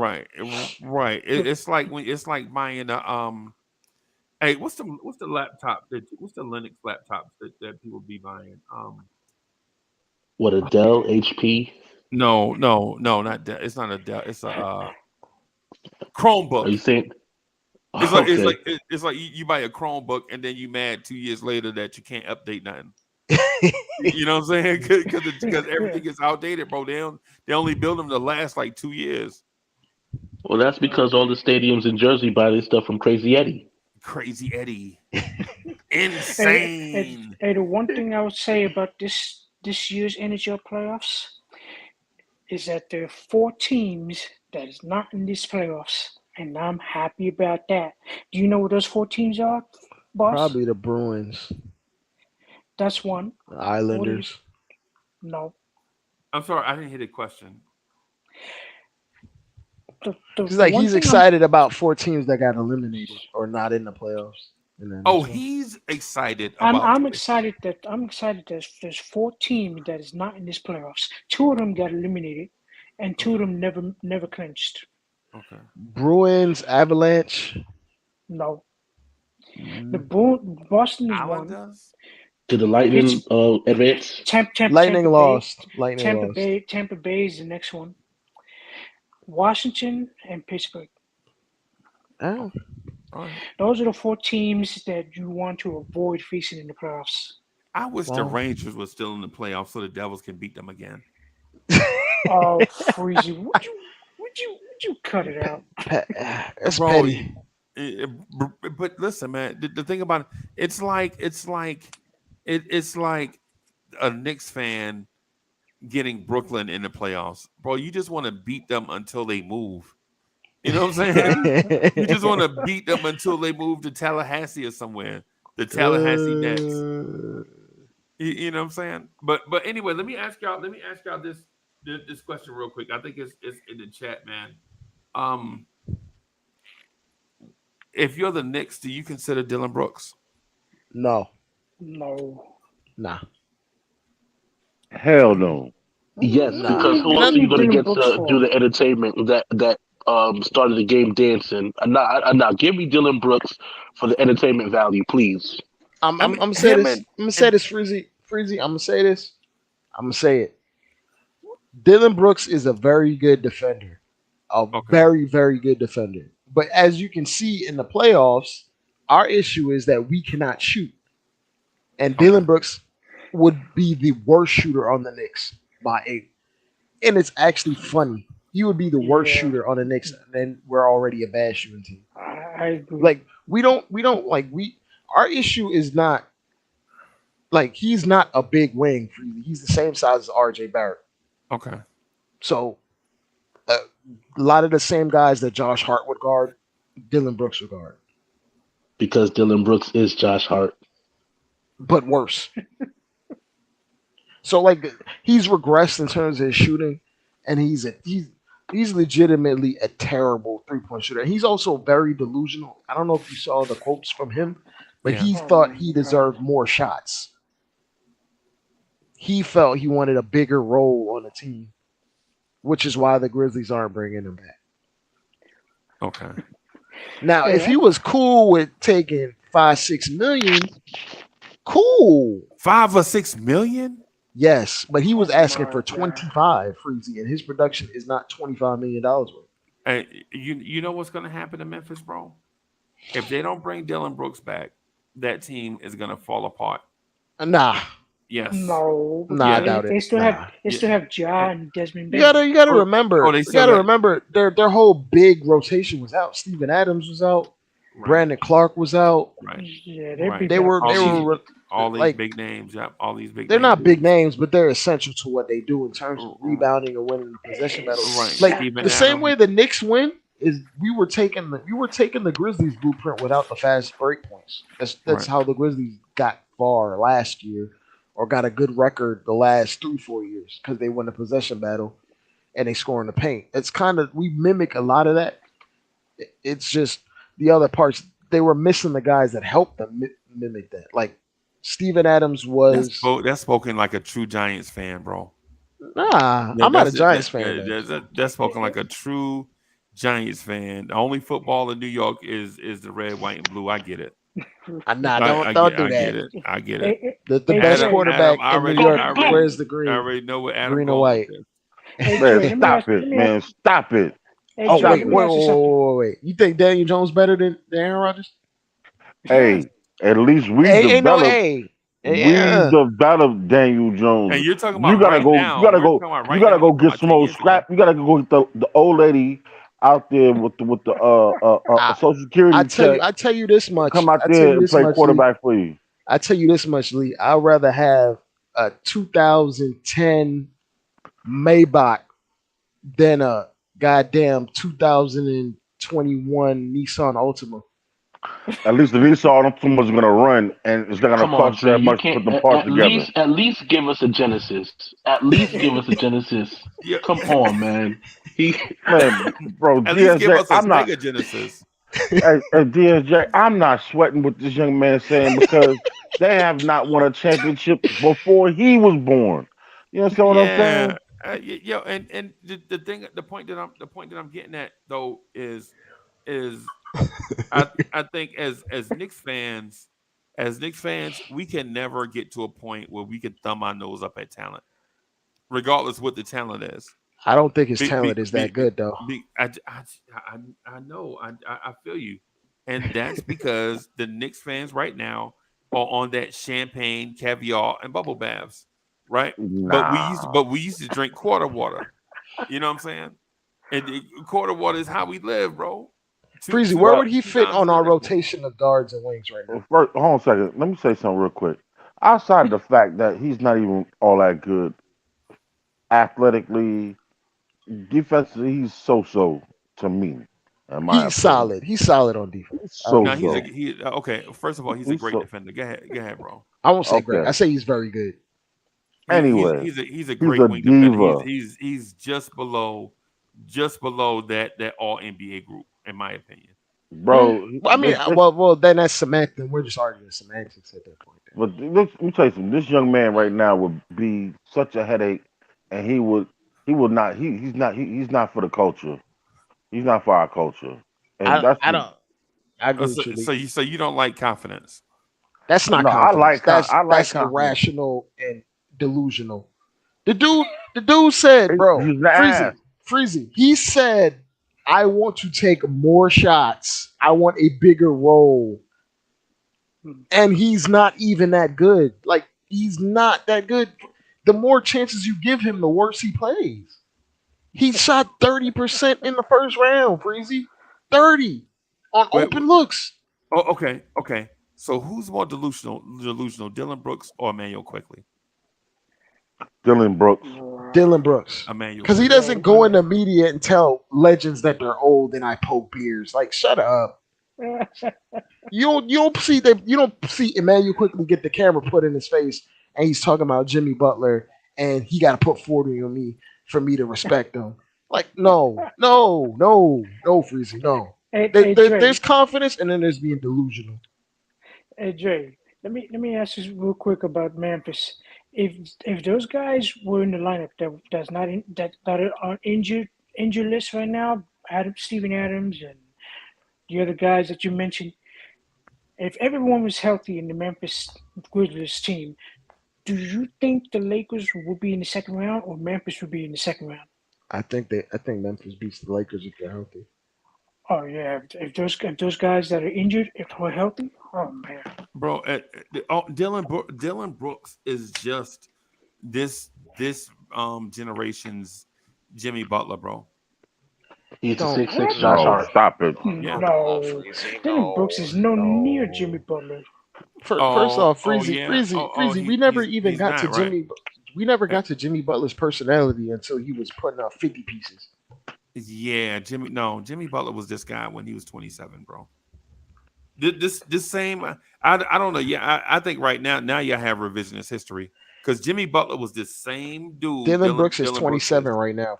Yeah, He's not getting better. Look at Jimmy Butler's 27-year numbers. Jimmy Butler dropped 50 at 25, 26. Okay. That dude He was leading teams to the playoffs as the number one guy at that age.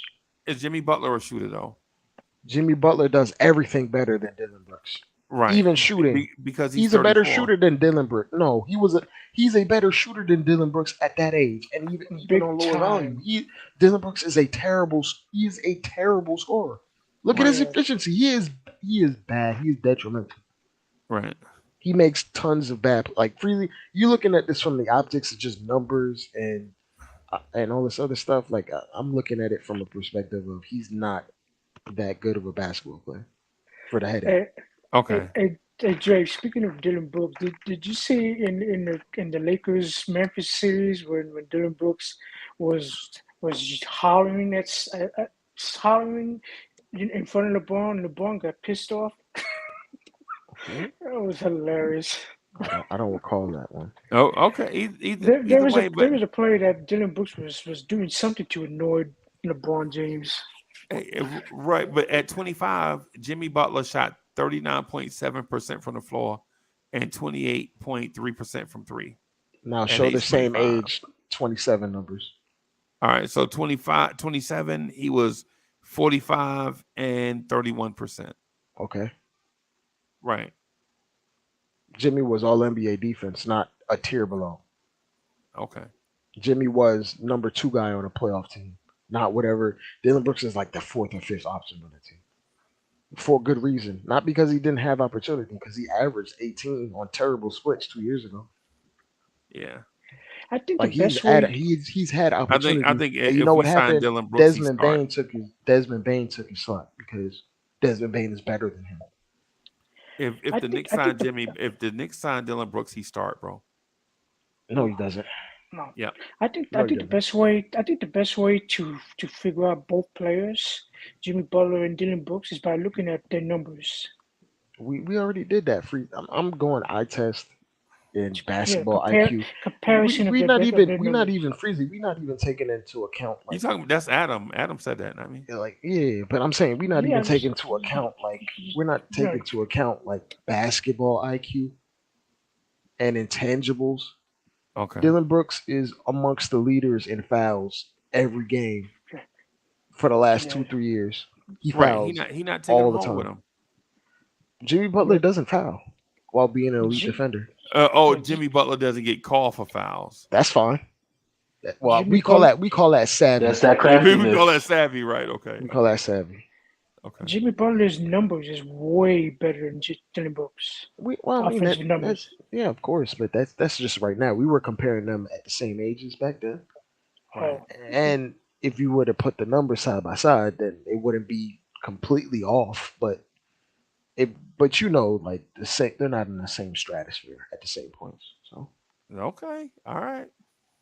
I'm not a past the great poupon guy like Freezie. I'm not turning up my nose at talent. I'm saying Freezie, y'all sound like champagne caviar. Freezie, you say Grimes can have a Paul George like effect, right? Right. So how does that happen if Dillon Brooks is taking 25 minutes a night in front of him? No, he ain't taking 25. Dillon Brooks gonna play 33 minutes. Okay, so how do we get to that point then? Because he takes RJ Barrett. Okay. I never said he's gonna take RJ Barrett's spot. You become a Dillon tier instead of a Barrett tier? No. Man, Dillon Brooks said he was looking for $25 million a year. Good luck for him. And he gonna get it. From who? Somebody gonna pay him. Freezie, I will Uncle bet $500. I will bet $500. and that's what I'm speaking to. I'm speaking Dillon noise. Dillon Brooks doesn't deserve $25 million. Bro, you've been chewing too much gum, man, and you hurt your jaw or your head because you're talking crazy. That Dillon Brooks is a good NBA player? No, a that good. he's He's not. Good is He's being not used worth all that loosely. money, and he's not that nice. he's good. He's a good NBA player, but not for 25 million. He Okay, is and a. Adam, who's a better player right? Who's a better player right now? Evan Fournier or Dillon Brooks? We don't want to pay Evan Fournier No, no, either. this is for Adam. I'm gonna say Dillon Brooks, Dillon Brooks, right? And but Evan he, Fournier but is he's, making 18 and a but half. he's not an elite player to get 25 million. Right, right, No. right. He's a good basketball player, but not for 25 million. I don't even. It's a stretch for me to even call him good. He's like a net negative. He's like a net neutral. I tell you like this: he can get 25 million playing for the Shanghai Sharks. All right, Who would you rather, Lee? Who would you rather have on your roster right now, Obi Toppin or Dillon Brooks? Obi Toppin. Yeah, It don't even matter because Dillon you Brooks will be bugging. going to Orlando to make them dance, or he's going to Detroit to mess up their culture. He's Right. going to go replace Sadiq Bey's production, and we don't have to worry about Dillon Brooks in Freezy. his uniform. This is. I'm gonna let Draymond say it for you. The dynasty that the Grizzlies are looking for happens after Dillon Brooks, not with him, and that is for a reason. Nah, bro. Nah, it Nah, is. It's nah, no. nah, You, nah. Yeah, Freezy, do you watch y'all Grizzlies bugging. games? Do you see him? Do you see the Of shots he course. puts What up? kind of question is that? Of course. Come on, Do you you know see the horrific shots he puts up? Like unasked for, terrible shots. Oh my God, you don't know, Dre. I see You the and terrible shots of myself. you think that's gonna fly here, Freezy? I'm telling you, I've seen horrendous shots taken here by great defenders. I've seen guys on this team take terrible UFOs, throw biscuits at the rim, and sometimes they go in. Freezy, do Alpha you Payton really don't count. Freezy, do you really want him on this team, or are you just like stirring the pot? No, so for one, first of all, I never said I wanted Dillon Brooks. I never said I wanted Dillon Brooks on this team. Right? I introduced the question, and everybody assumed that I wanted Dillon Brooks, and they started before I could even say something. Y'all bashed Dillon Brooks, I right? got mad. But the thing is with Dillon Brooks is how are we out here talking about Dillon Brooks can't make this team better when Dillon Brooks might be the reason why the Grizzlies have the culture that they have. He may be the one of the drivers of their culture. You don't have to be Draymond Green is one of the drivers of the Golden State Warriors culture. I'm not coming out here saying Draymond Green numbers look great, but he's a driver. He helps drive their culture. And if Memphis don't sign him back, Memphis is going to be back in the lottery because No. because we all know whether John Morant is there playing or not, Memphis get the same result. They're even with or without John Morant. John Morant don't make them better. Statistics prove it. Right?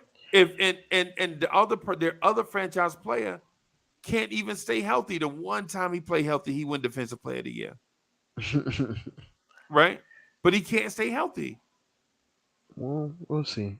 I mean, we're talking about like two guys that are infinitely more important to that franchise than Dillon Brooks. So. On the stat sheet. No, in reality, like in actual Okay. production. Okay. All right. Like All right. not this Because NBA teams don't need good players. No, I got you. good player might be used loosely. He is an okay player. Dillon Brooks is okay. Yes, okay. No, man, no. Nah, Grimes is he's okay. no. Come Grimes on, man. is Grimes is Grimes Grimes is is good. no. He's not good right now. No, Is he okay? no. I don't know where this is going. I don't know where this is going. This is exciting stuff. I Listening don't to I don't Dre, know what this is Dre, going. Dre and Freezy Bro, having a debate. I don't want no part like the potential ceiling of seeing whatever Grimes goes through in terms of his development is more important than 27-year-old Dillon Brooks taking terrible shots on terrible splits that can't really shoot. Like no, like we all figured Grimes can play as good as defense as Dillon Brooks, right? Right? No. No. Wow. I'm going to say No, nothing. because No, I'm gonna agree with you, Dre. nah. Okay, I have nothing to say to that then, Freezy. No, okay. So if y'all agree to that, and tonight y'all was bro, I was watching y'all, bro. I was here with y'all. I was here with y'all when y'all was complaining about Duncan Robinson tonight. Where Gabe Vincent? Where Gabe Vincent is killing us. Well, you know what Now happened, we Freezy. like, and now we like Grimes is Gary Payton. Freezy. Grimes came in. Grimes came in the fourth quarter, and the Heat only scored 4 points. Lee, don't you do that, Lee. Lee, don't you do that? Because I was watching Lee in the chat. Freezy. Lee, everybody like, yo, Freezy. how? But Dre, how we gonna say, yo, this dude Highsmith got another offensive rebound? How we say all that, and then we gonna be act like Quentin Grimes is Gary Payton? Freezy. Let's cut the malarkey. Grimes came in the game in the fourth quarter. The Miami Heat scored 4 points the last 6 minutes. And he was part of that. He was part of the reason he was running the shooters off the line. So he was part of that. Yeah, absolutely. But he wasn't the reason, though. And you think Dillon Brooks is the reason their defense is what it is? I'm telling you, Dillon Brooks. Hell no. Come on, man. Yeah, come on, bro. Come on, bro. And more of that is Jaren Jackson than anything. Dre, don't do that, bro. Because now you diminishing the dude because you don't like him. No. I don't like his game. I don't like his game. I don't like. I'm separating his delusional mentality and all that other stuff. His actual basketball IQ his is very low. delusional mentality has created a bias with you. No. Right, because he takes terrible shots. That's right. Why. So you have a bias. You prefer. I don't have a bias. You prefer offense over defense. No. If you ask C-Mac, I prefer defense over everything. Well, of course. But so you prefer offense over defense? No, I prefer sound basketball players that aren't stupid, that don't make consistently bad ideas on the court. Now, there's a checks and balances. He is much like for any player like Brunson, his checks and balances dictate like he's going to be great on offense and bad on defense. But his offense outweighs his defense by a lot.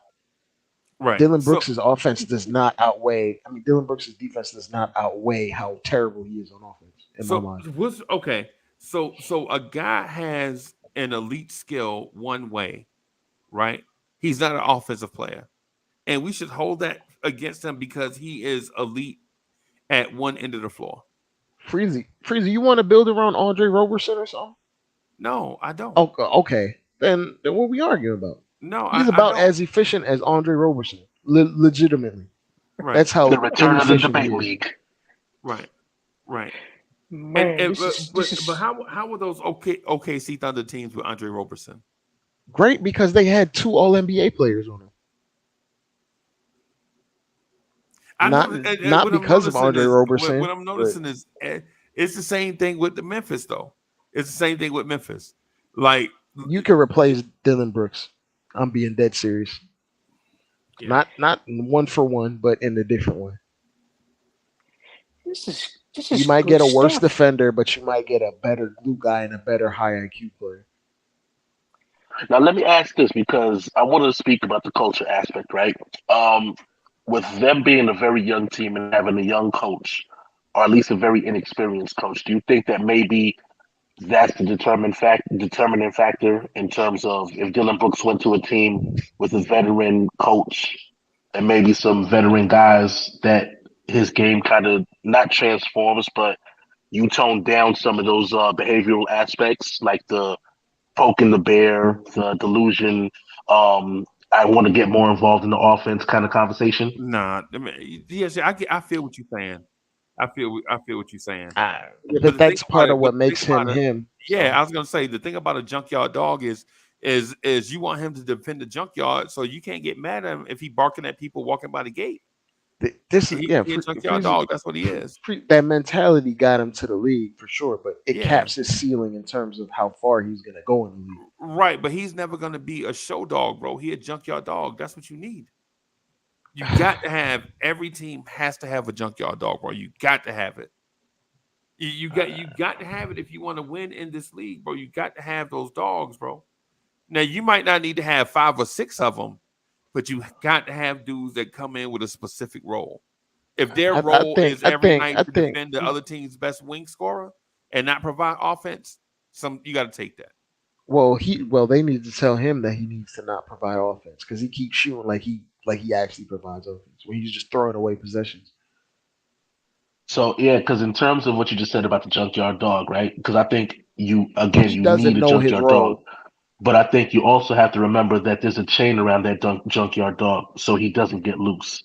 And I think that's the problem with what Memphis had. Memphis had a junkyard dog that you just kind of let off the leash, and there's nobody to rope him in. There's nobody to pull him back.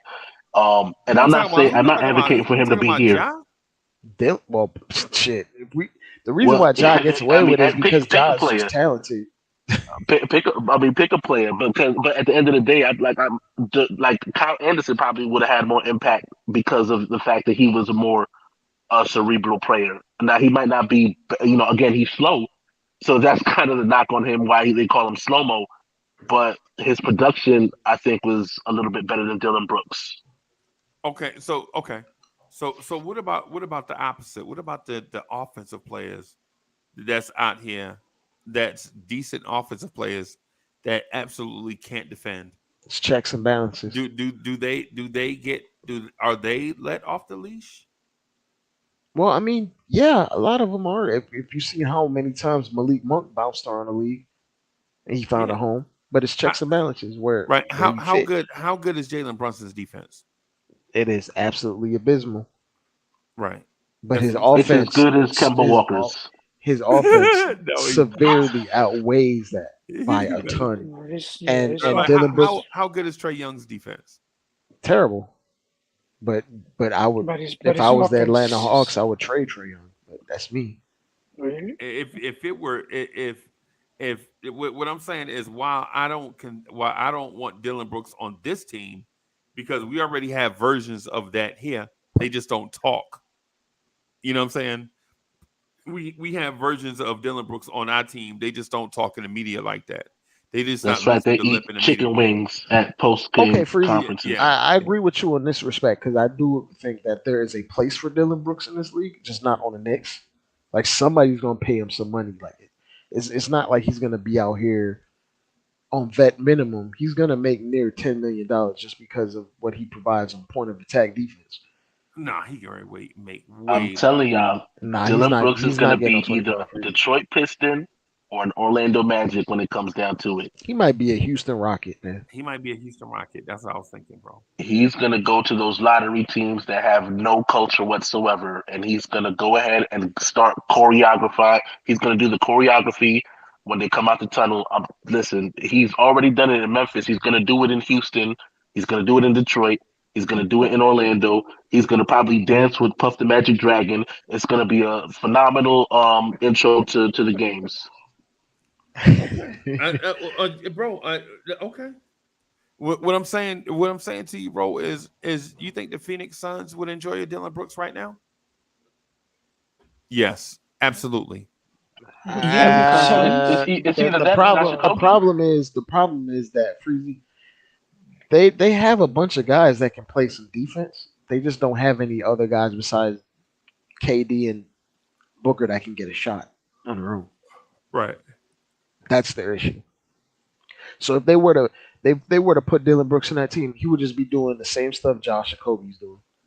He's the next Torrey Craig. That he'll be doing the same stuff next to Torrey Craig, like Josh Okogie and Torrey Craig is doing. And you can't tell to me with a straight face that Josh Okogie's not a good defender. No, Josh Okogie is a good defender. But, okay. But how big is Nigerian Kobe Bryant? He's like 6'4", but he has super long wingspan. He's stocky built, and athletic. He can jump. Yeah, he's really so he's 6'4", but he plays like he's Dillon Brooks height, basically. And Dillon Brooks is more of a stocky defender, not super athletic, but can play positional defense, force the guy one way, use his strength, lean on defenders. You know what I'm saying? Like he plays smart defense. That I give him credit for. But as far as smart as he plays on defense, he plays just as dumb on offense. So it's just Bro, like somebody's gonna give him the bag this summer. I don't. And nobody's gonna give him a. What is a bag like? What do we consider a bag? $100 million. No, Well, it won't be from Yeah. Portland. I'll tell you that. Freezy. Must be Absolutely out of your Freezy. mind, I could boss. bet that. I could bet. What we want to bet? He not seeing no 100 million. He might see like 50.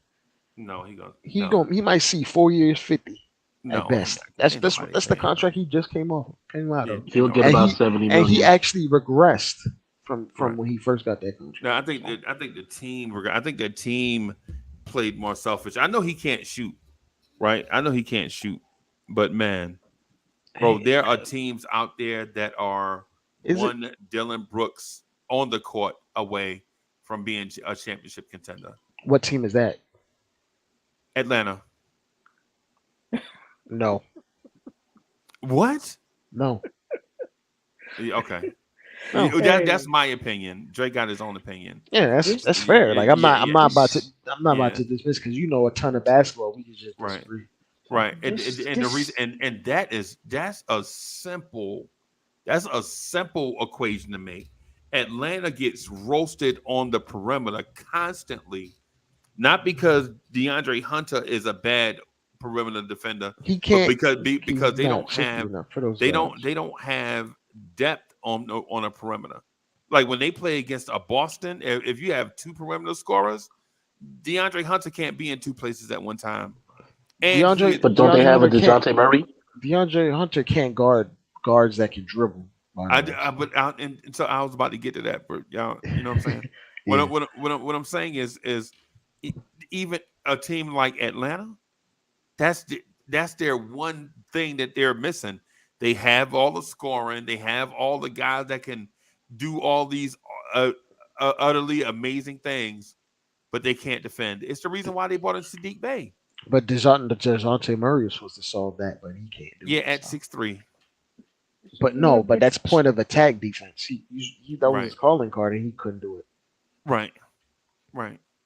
For whatever reason, I don't know. I think Atlanta has enough weapons. They don't need any more.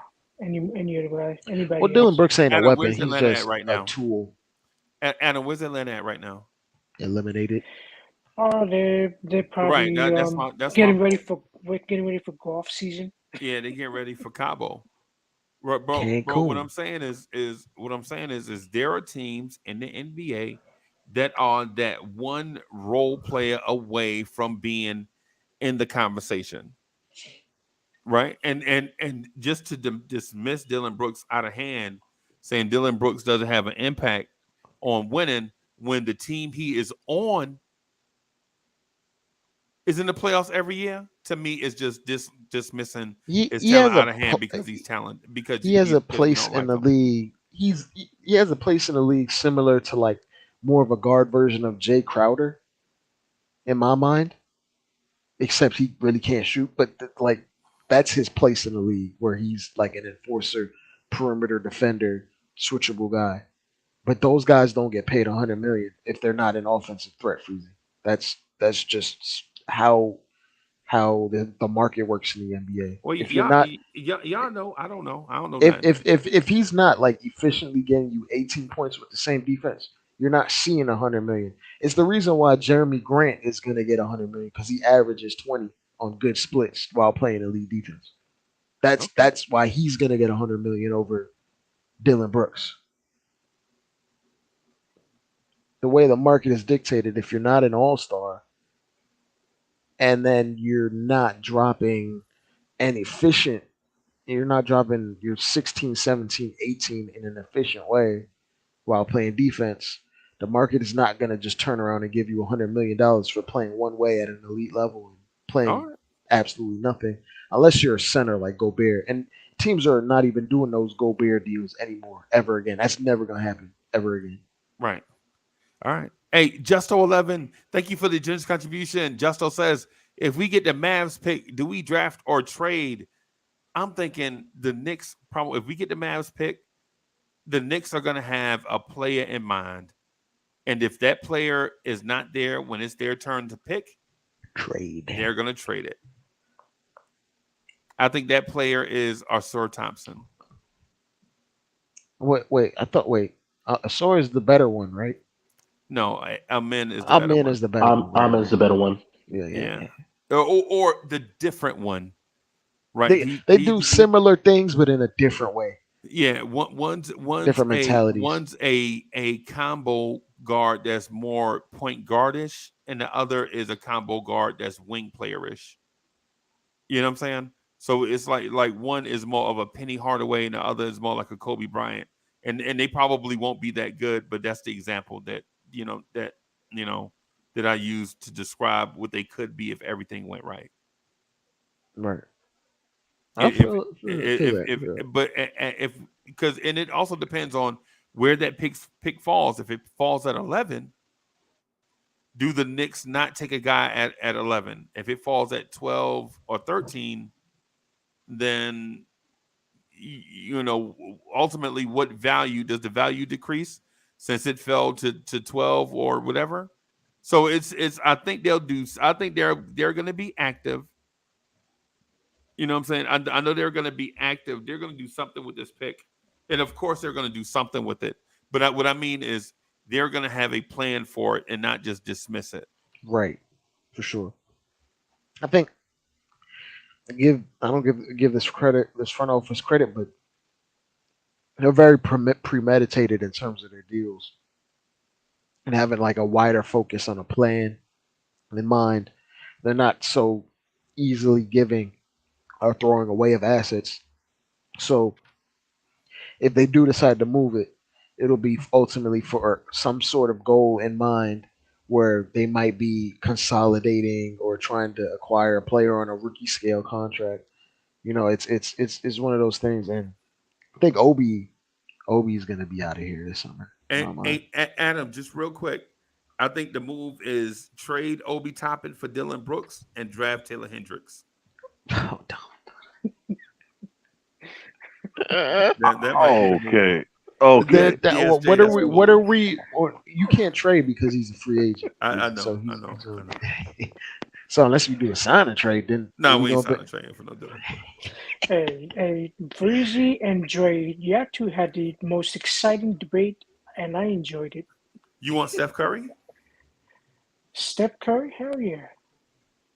We know. Bring the debate league back, and we got to add more to the conversation. Yeah, but DSA, and I'm gonna say this real quick, man, about where we are. I think the Knicks are in a great place right now. My only fear and trepidation, chat. My only fear and trepidation is that the front office is monitoring these playoffs carefully, and if these kids don't step up and do something, show some kind of flash. Show some kind of something. 1, 2, or 3 of these kids are gonna be out of here this summer, bro. I agree. They got to show something, bro. Like that's why I'm rooting for Grimes, bro. Like just show something, bro. Hit a three, man. Hit an open three. Like how many open threes you giving him, and he's just right. Because if you Grimes, you should be nervous, man. You've been demoted out of the rotation. Which makes me think they've been wanting to do this for a while, and your injury is the excuse given to them. Now they can move you out the rotation. Right? And now I'm thinking so like they've been cause, wanting to move him out of the rotation. Because if he had, my bad, Freezie, if he had the confidence of the coach and the staff behind him, I feel like a lot of those shots would go in. Right. But he's if he had the plays drawn from the coaching staff. But I will say, Tibbs closing out with him should give him some additional confidence in my mind. Bro, the one guy that has been on everybody's lips over all the other young kids was RJ Barrett. Every trade scenario, Knicks fans are like, oh yeah, we want Enes Kanter. Yo, we'll give him RJ Barrett. You know what I'm saying? And guess who showed up? And guess who's been showing up with the whole world watching? Right. So if you Obi, think about Obi is the one that flies so far under the radar that when he does good, everybody's like, oh, look at Obi. But when he does bad, nobody even notices.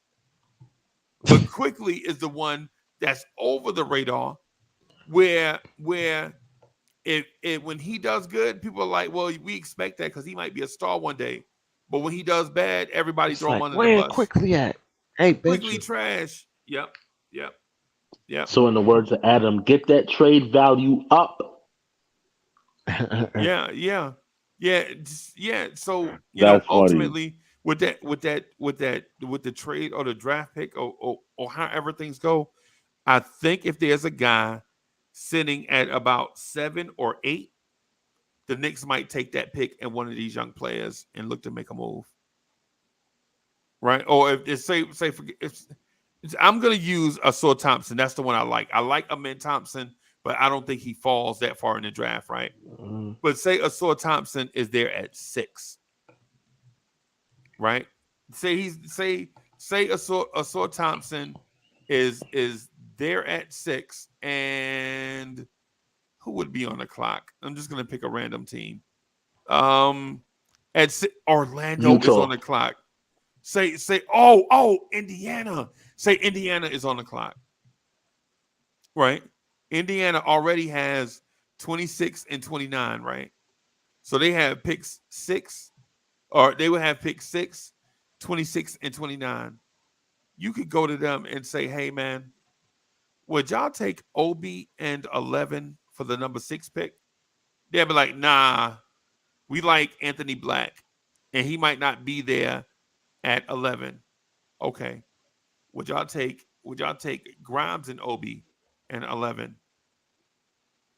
And then that way the Knicks can reset both of those rookie contracts in one fell swoop, right? They can reset both. Reset rookie contracts, give them cap space.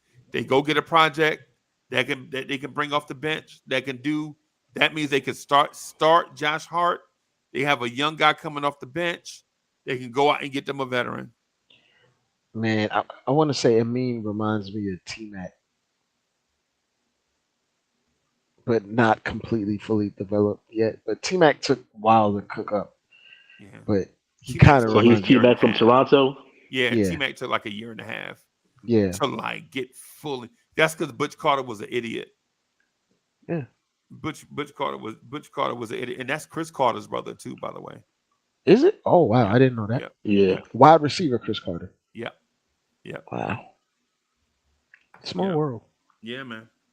Yeah, man. So I'm thinking that's why I'm hoping I'm always when we watching the games, you almost always hear me saying something about the kids like, "Yo, please, man, please just knock down this shot, bro." Ship up or get shipped out. Yeah, yeah, because the city is in a frenzy right now. The city is in a frenzy, and if you're not contributing to that frenzy, you're gonna be gone. You just gonna But then Man, what happens to the imagine patience? Freezy. What Imagine if happens we to the had a development aspect? Because you have to develop the guys that you draft as well. So would you rather start from scratch and have the patience of developing this young guy, or continue the progression of whoever we have, whether it's Grimes, Obi, or whatever the case may be, and just kind of transform him into the player that we need coming off the bench, or the at least in Grimes's favor, playing in the starting unit and just making sure that he gets plays developed for him specifically to get those shots. big dog. They getting all the opportunity in the world right they now. just got to be assertive, man. But they, They yeah, get but I'm saying if they're playing in Tibbs' system, I mean, again, we got Grimes who's taking shots, but I mean, the shots that he's taking are basically on catch and shoots. Like there's no, as soon as he gets the ball, he's creating his own offense. It's like a rushed opportunity.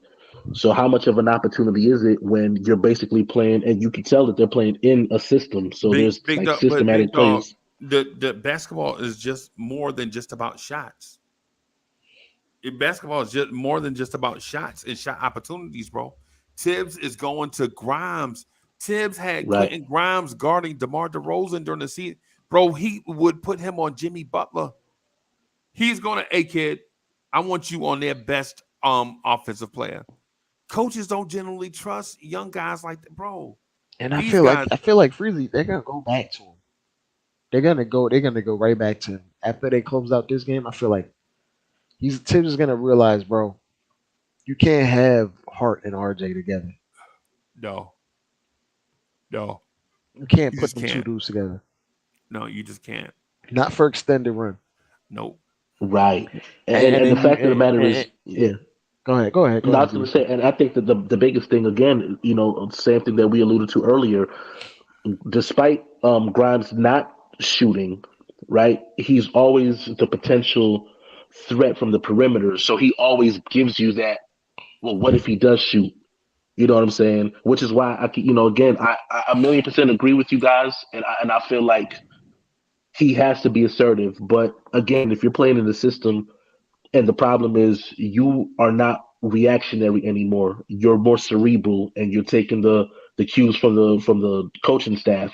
This is the play that we have drawn up, and this is what I want you to do. How much of that changes? Because again, you see the freedom that he had when he was doing something like the Rising Stars Challenge, and he's like, okay, well, let me show you what I can do, as opposed to I'm following what the coaching staff is allowing me to do. What You if mean let Tibbs me gives show him? you what I can do when there's absolutely nothing on the line and Not and no even when and there's no nothing on and the no line, defense but being played? What can I do well, when we no, get an we open can't. tip? Well, I'm just saying, as far as he doesn't get the opportunity again, because he's playing in a sense of I am doing what Tibbs wants me to do, but when there's like an open look, right?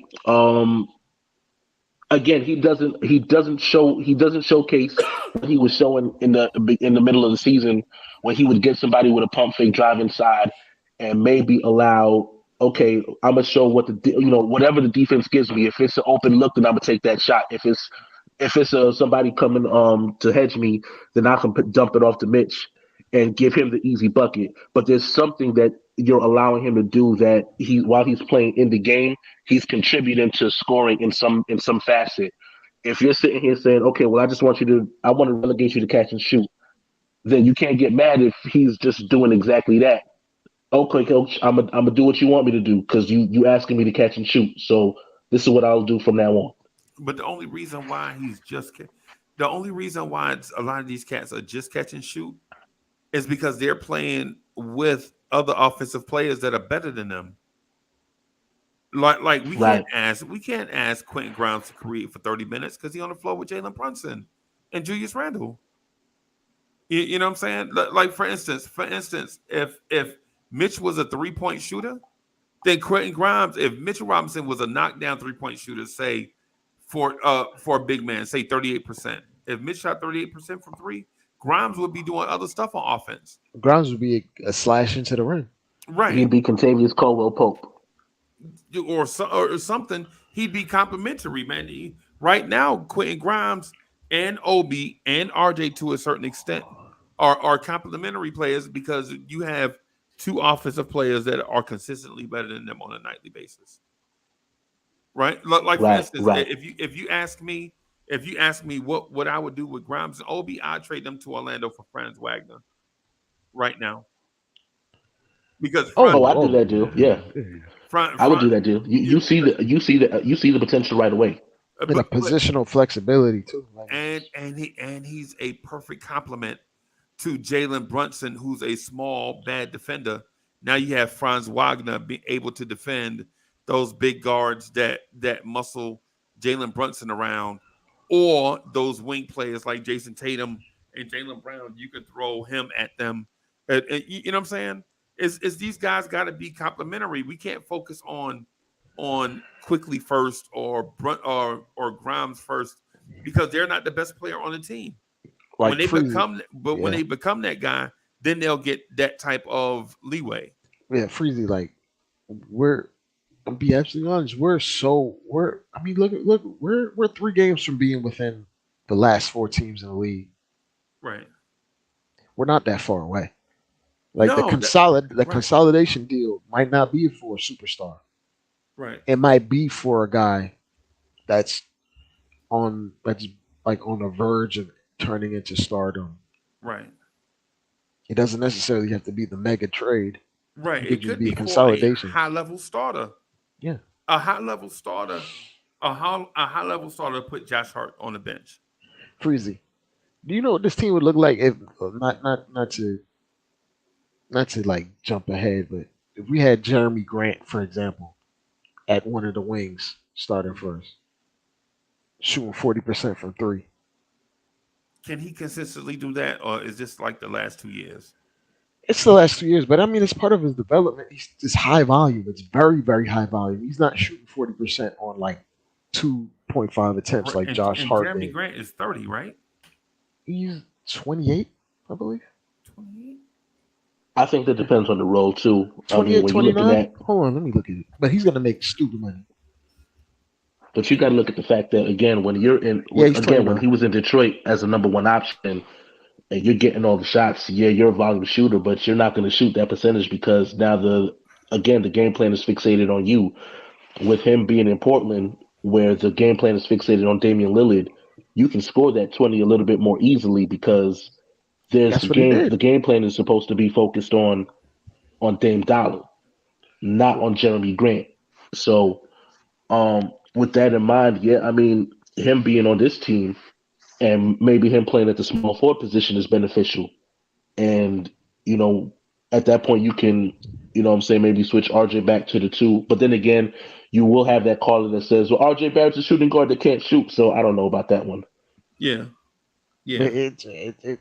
it's one of those things where you just might just need, like when you just mentioned Franz Wagner, by description, all the things you named, that's what you get out of Jeremy Grant.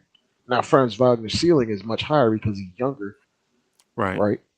And I think But the his thing, but defense the can be more elite. I think his defense can more be, I don't know more Freezie. yeah. There's some you got to be call a spade a spade. Jeremy Grant is an elite athlete with the physical traits on top of it. Adam, Adam, would you, bro? Bro, we saw this dude. We saw this dude in person, bro. Lock up He's Jalen. he's he's like the Matrix, bro. This dude is, bro. He's got a weird name, but this dude is, man. This dude is like, what's that dude from DSA? What's that dude from Marvel, the mutant dude with the tail, the dude that disappeared one place. Nightcrawler, Kurt Wagner. Yeah, yes, they should. That must be his daddy. They got the same name. Yep. Yeah, the dude is Dre. The dude is Nightcrawler, bro. I'm telling bro. I Well, then saw it makes him. more I sense to saw keep him him in be Orlando Magic uniform. He got the same colorway. same colorway, bro. I saw this dude I beat. mean, it is magic, so Yeah, it is. Yeah, well, it is magic. Right? now But you I see him, saw now you him don't. beat Markel Fultz to a loose ball, right? And my son was like, "Hey man, you saw that?" I was like, "Yeah, I just saw that." That dude number 20 must be slow. I was like, "No, 20 is not slow, bro." He nudged me, "Hey man, you just saw that?" "Yeah, I saw it." I was, man, bro. This dude is, and I'm not, listen. I'm not drooling over Franz Wagner, right? But what I I'm think saying he's is, gonna be a damn good what I'm player. saying is if we could get good starter quality from most of our players, I think we'll be straight. Right now we're coming in kind of with one arm tied behind our back because the future is bright for guys, but we have to develop them. At the same time, we're trying to win. So Yeah. that's why I was alluding to that point as far as bringing in a rookie. If you're trading for a rookie, you're kind of doing the same thing because you have to develop that rookie. Unless that Now, rookie has an how much insanely further high along? ceiling. Exactly. So now the question becomes now, do you expect that rookie to develop at a faster rate than the guys that we have now that we're trading for? Or do you stay the course with the guys and say, well, look, you guys already started the program. So it's a matter of you guys finishing the program in order for it to make sense than I to sit agree there with and John in the chat about that, DSJ. I value chemistry over everything, and it's the reason why I say Dillon Brooks is a Memphis Grizzly, right? Because before Dillon Brooks, they were a mess, right? And when Dillon Brooks is out, they're a mess. And there's No, something to be said. There's something to be said about other things outside of vertical and 3-point shooting. I'm not. I'm not dismissing all of that, but from for as good as he is on defense, his IQ on offense It is astoundingly bad, like really, really bad. Like the way Is people it is talk it about is it RJ Jordan and his Poole shot bad? selection, the way they talk about RJ and his shot selection, that's Is how it bad it Jordan is. Poole bad though? Yes. Though, and this is the thing: Jordan Poole is a much better shooter than him. At times, Jordan Poole is so. Yeah, Jordan Poole yeah. takes terrible shots, but so does Dillon Brooks. Dillon Brooks will hijack possessions to go isolate. Like he got that in his bag like that. Like he's I like think Jordan he Poole does. I takes think he terrible does it shots because they because he hog the doesn't make them ball. all the time. He's been taking the same shots that he's learning from Steph and Clay. yeah, So those are terrible shots, Freezy. But for better or worse, he helped win them a title. I don't see Dillon Brooks like at any point being a driving force for a series win in my mind at any point. Yeah, He, like he's there's a place for him in the league, 100%. Like I'm not about to say he's a bomb and he like Dillon Brooks is gonna play the next 6-7 years in the league and probably the next 5 as a top 7 guy in the rotation at worst. yeah. He'll probably start at the 3 for somebody And then and in a get the few years bag. he'll probably move to the bench and be 6-7. Yeah, But there's a place for him in the league, but he has to be reined in terms of his shot selection, and he has to like he literally said he wanted 25 million, and no Freezy, I'm gonna be real with you, no one's gonna give him that. Like nobody. Like okay. he's asking for Kyle Kuzma money, and Kyle Kuzma better than him. You think Kyle And I Kuzma think is Kyle better than Kuzma, Dillon Brooks? yes, I do, and I don't even think he's worth 25 million. No, Kyle Kuzma ain't better than Dillon Brooks, bro. They pay guys to put the ball in the In hole. my mind, he's not.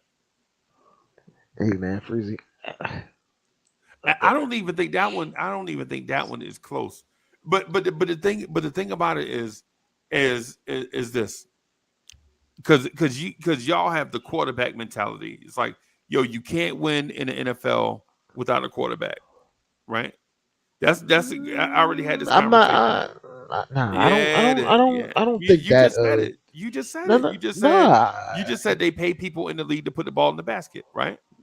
Yeah, but That's what you just no. said. I'm saying yeah, they pay guys at the high end $30 million contracts because they can score. There's no besides Gobert. Right. There's no guy in the league that makes upwards of 30 million that can't get a bucket Right, or right. efficiently. But my point is for everybody that likes quarterbacks, right? You know who else gets paid big time money? Defensive tackles. Guys that protect the quarterback, guys that rush the quarterback, and guys in the secondary. Freezing. Everybody's getting paid. Who on the Dillon Brooks scale is gonna get like Freezy? There is no guy out there that I've seen that averages 14 on 40% and sub 30 from three, no matter how good defense he plays, makes $25 million. It's just not gonna happen. I hate you. I understand where you're coming from, It's not gonna but the happen. Knicks are paying 35 million to 2 guys on the bench that can't do that or defend. And we got them guys to be starters, and where Dillon Brooks is not gonna get paid that, and that's in the old cap. Like Right. even now, he's not gonna get paid that. Okay. Like the market got reset, and Okay. then people are not trying to deal with the off the court distractions, which kind of might The like only hurt him. reason why It might Vegas hurt him has in the even came out and negotiation. said that, in my opinion, is because they had the Ja Morant thing that went sideways really fast, and now Dillon Brooks is out here bumping his gums, bringing unnecessary stuff Freezy, I to think he Memphis. did that because he's gonna be a free agent, and he Right. doesn't want to screw up his own money. Okay. That's why. Like when we talk about things, we get into like negotiations. It's a business. People will use anything to leverage paying less. Literally anything, down to the microscopic.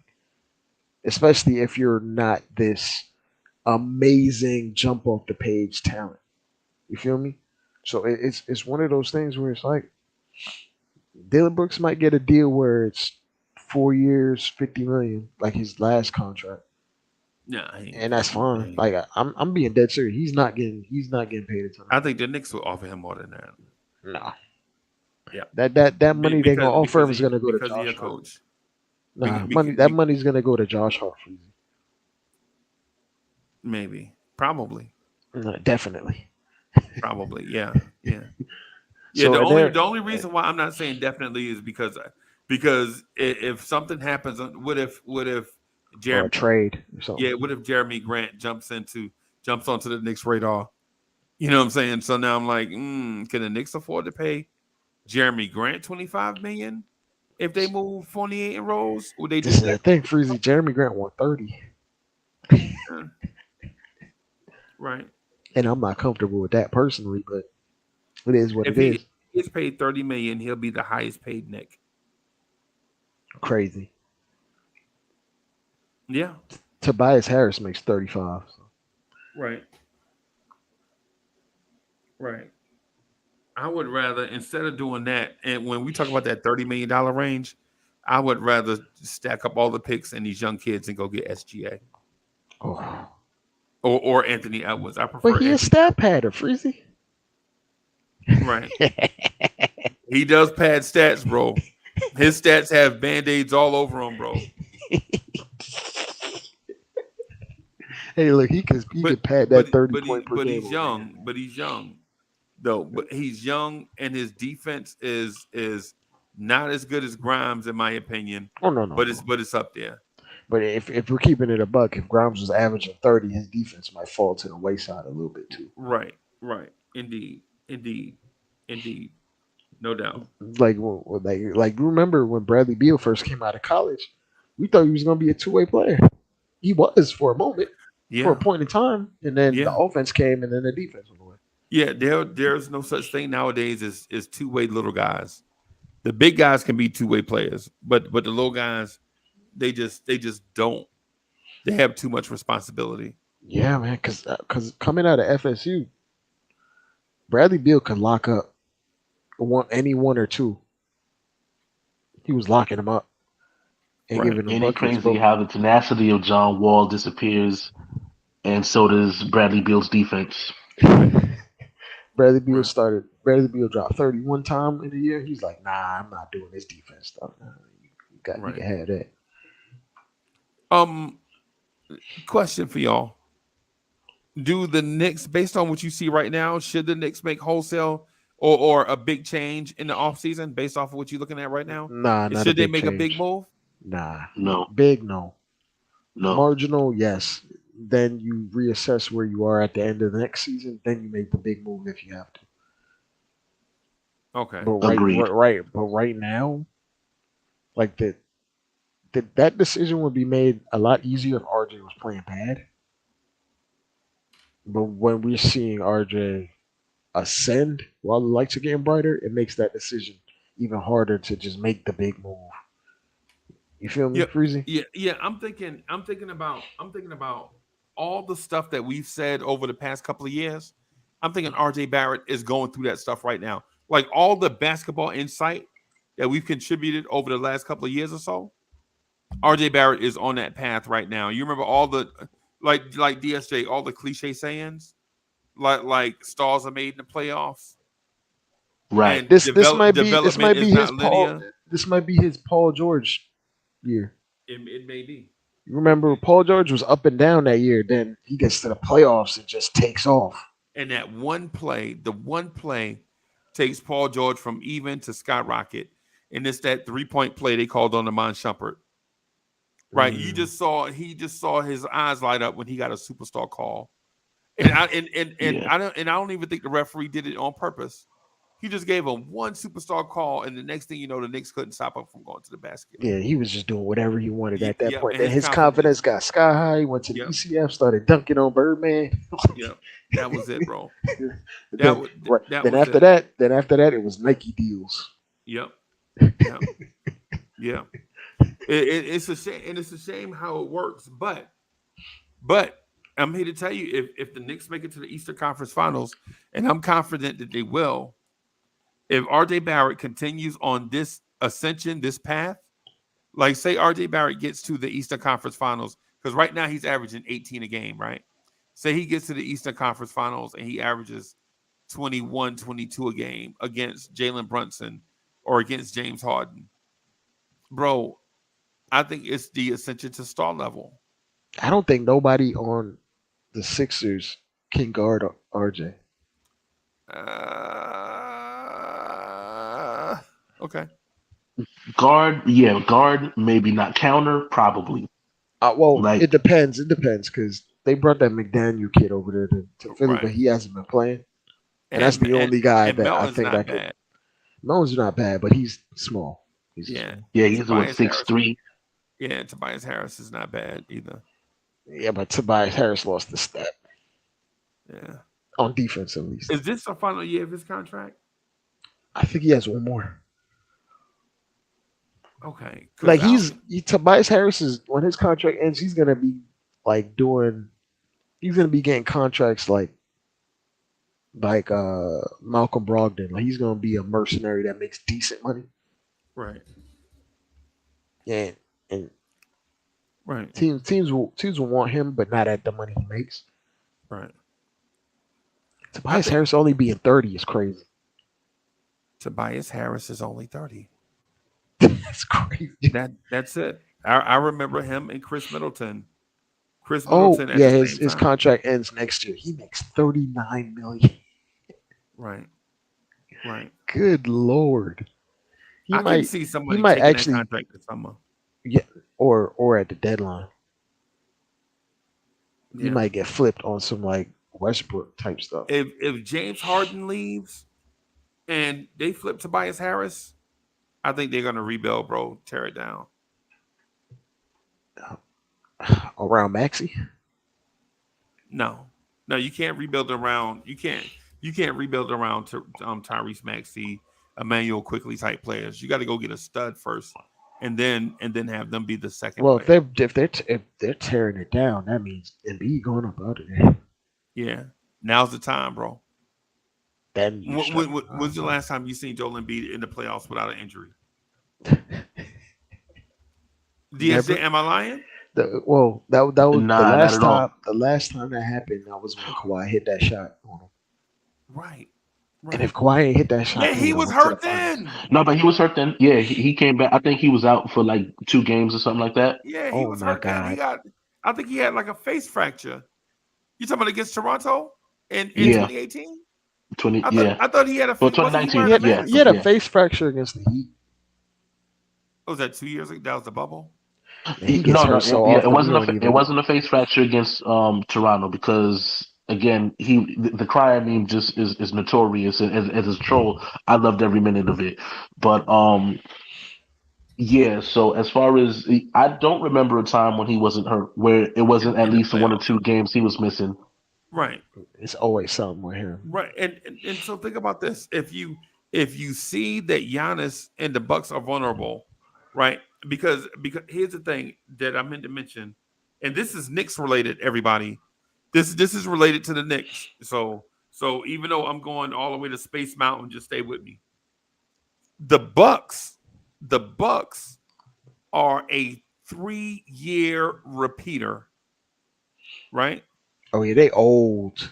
Right. They are a 3-year repeater over the threshold. If they do it again for the 4th year in a row, they will have the highest salary. I think I heard it right. I heard it in a couple of places. They will have the highest responsible salary in NBA history for a small market team. Right. And not just for a small market team, but think about a small market team having a tax bill of $425 million. Right. And then they don't win a championship. Right. And so that puts them in a place where Giannis is coming up to be. When did Giannis get his last extension? 2020, right? 2020. It was right after. It was right before they won the championship, I think. Okay. So Giannis is because basically these cats signed extensions. It's always like a 4-year turnover, and then they're extension eligible again, like this 4-year window, depending on how many years they sign for. If they sign for 5, then it's like 4 years. If they sign for 4, then it's like 3 years, right? So they'll be over the luxury tax threshold for the fourth year in a row. Their tax bill will be over $425 million plus their annual salary of one whatever it is. And then they have to, Chris Middleton's a free agent. Brook Lopez is a free agent. Giannis is extension eligible. And they have dead money on the cap.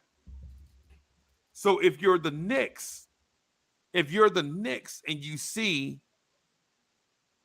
that DeJounte Murray can leave Atlanta after next season, Milwaukee is about to break up the Bucks, the Sixers are about to break up the Sixers, right? And not rebuild, but try to, because what's going to happen is Doc Rivers is not going to stay around for a rebuild, right? But if you see the Sixers, the Bucks, the Hawks, and the Heat crumbling around you, do you make the move this summer? And okay, so Foxy says next summer Giannis extension. Okay. And so knowing all of this, if you're the Knicks, do you make the move this summer to insulate yourself and be prepared to slingshot around the second, third, and fourth best teams in the Eastern Conference? So when you slingshot, you won't catch Boston potentially, but Boston, New York, and Cleveland will be in a position to slingshot all those other teams that got old really fast. I feel it. Do you? But Dre, do you make the move? What do you do? Or do you stay pat, save your money? I stay pat 1 year, just one. Because save your money. Save your money. We put ourselves in a position where our core is just very young, where like just standing pat 1 year doesn't make or break you. Well, it might make you, but it won't break you. Because and think about the fact that an the additional year consolidation means an deal is additional. gonna have to happen. Yeah, it's gonna have to happen. You're gonna either have to get rid of all those draft picks and develop the young guys that you have, right? Or trade these young guys and something for a scenario that can get you Jeremy Grant or Paul George, and you keep all your draft picks, right? But in my opinion, if you let this window open and shut without at least attempting to make a move, I think it's a disservice. And here's why. What's the move? The big move or just any move? How would you like Jeremy Grant at the 3? I would like it. Right. So who plays the 2 then? Probably have to be RJ. So you slide RJ back to his position. Well, that would be dependent on, you know what I'm saying, like, so if you do that, that means you lose Josh Hart. I'd be cool with that. Or I lose Quentin Grimes. Now Grimes will be. Why would you lose Grimes? Would you trade him? Because Grimes only makes like $3 million. Okay, are you talking about? Okay, I see what you're saying. I get what you're saying now. Wow, yeah. So that's something to consider. In my mind, DSA, what I do in that case is I sell out for a young star. Right? I sell out for a young star that's on his rookie extension. Right? Yeah, and we already know all the candidates, right? All the dudes that are off their original rookie contract, that first round pick contract, and got their extension. I'm selling out for a player in that class, right? And I'm trading the kit and caboodle, like all the reserve, for that guy, right? And then, yeah, hey, Miguel P, that's what I'm talking about. That's what I'm talking about. Like, so who right now is like 24, 25, 26 and they already got their bag. Cal Bridges. Ooh, Mikal Bridges. That sounds perfect. Yeah, perfect, but unfortunately, it's too perfect because he plays on the Nets, and that's not gonna happen. I'm giving the Nets everything. And Well, they sure could use it considering that all the moves that they've made. Right, and then plus they have redundancies too, because I think they have Mikal Bridges at the 2 because they have 3 dudes that play the small forward. yeah, but I mean, Mikal Bridges is just a wing. It just doesn't really matter. Would you give up Obi and Grimes for him? Oh yeah, for sure. But they wouldn't accept just that. They would accept 4. Remember, they turned down 4 picks from Memphis I will Grizzlies. offer him 5. You can't put the new CBA. Not Yeah, 5. yes, Not you can. 5 year. Well, 5 if the draft comes up, and then you traded the draft day, then the 4. Nah, Drake, it's a 3-year window, right? But we have 5 draft picks in that 3-year window, right? Because if you count all 3 of the Knicks picks, I'm talking about the Knicks picks. Not they probably won't be that interested in other teams' picks. They want if you count the Knicks picks, that's 2 because you can't trade in back-to-back years, right? But then the Knicks have they limited it because you can't trade in back-to-back years, but you also can't trade past 5 years in the future. So that'll be 3. That's what I'm trying to tell you right now. But then off I'm top, trying that'll be 3, and if you trade on the draft day, that'll be 4 of your own. No, bro, you got to hear me out. Listen to me. Listen to what I'm saying. That rule only applies to your draft picks. Oh yeah, I know. I know. And you talking about other like? And we're talking about adding other teams' draft picks. We ain't talking about adding Washington and Detroit. That makes it 5 right there. Bim. I would love to.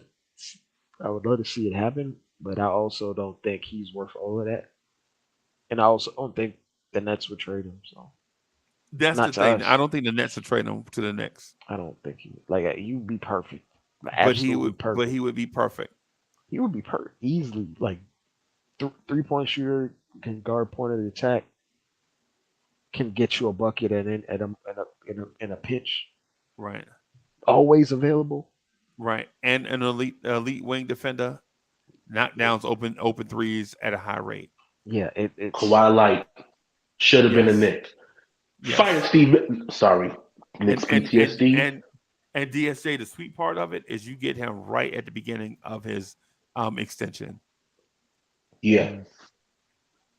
Right. Is there anybody? Is there somebody out there that can play the 2? That we can leave RJ at the 3? Available? I would love it to be Anthony Edwards, but I don't think it's him. No, he ain't going. No, they gonna trade Carl Towns before all that. Right.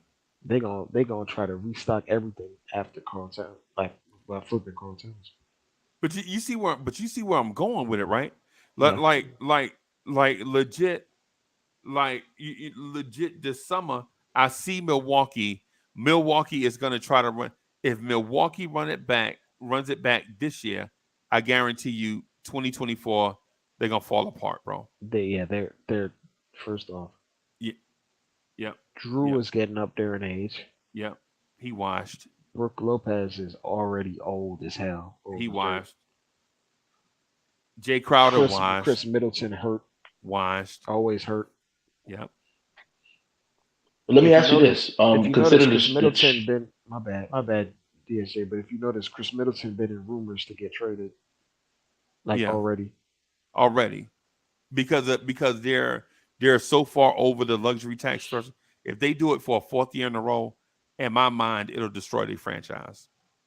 In my mind, they'll be one of those teams that didn't. They'll be San Antonio, like how San Antonio is right now.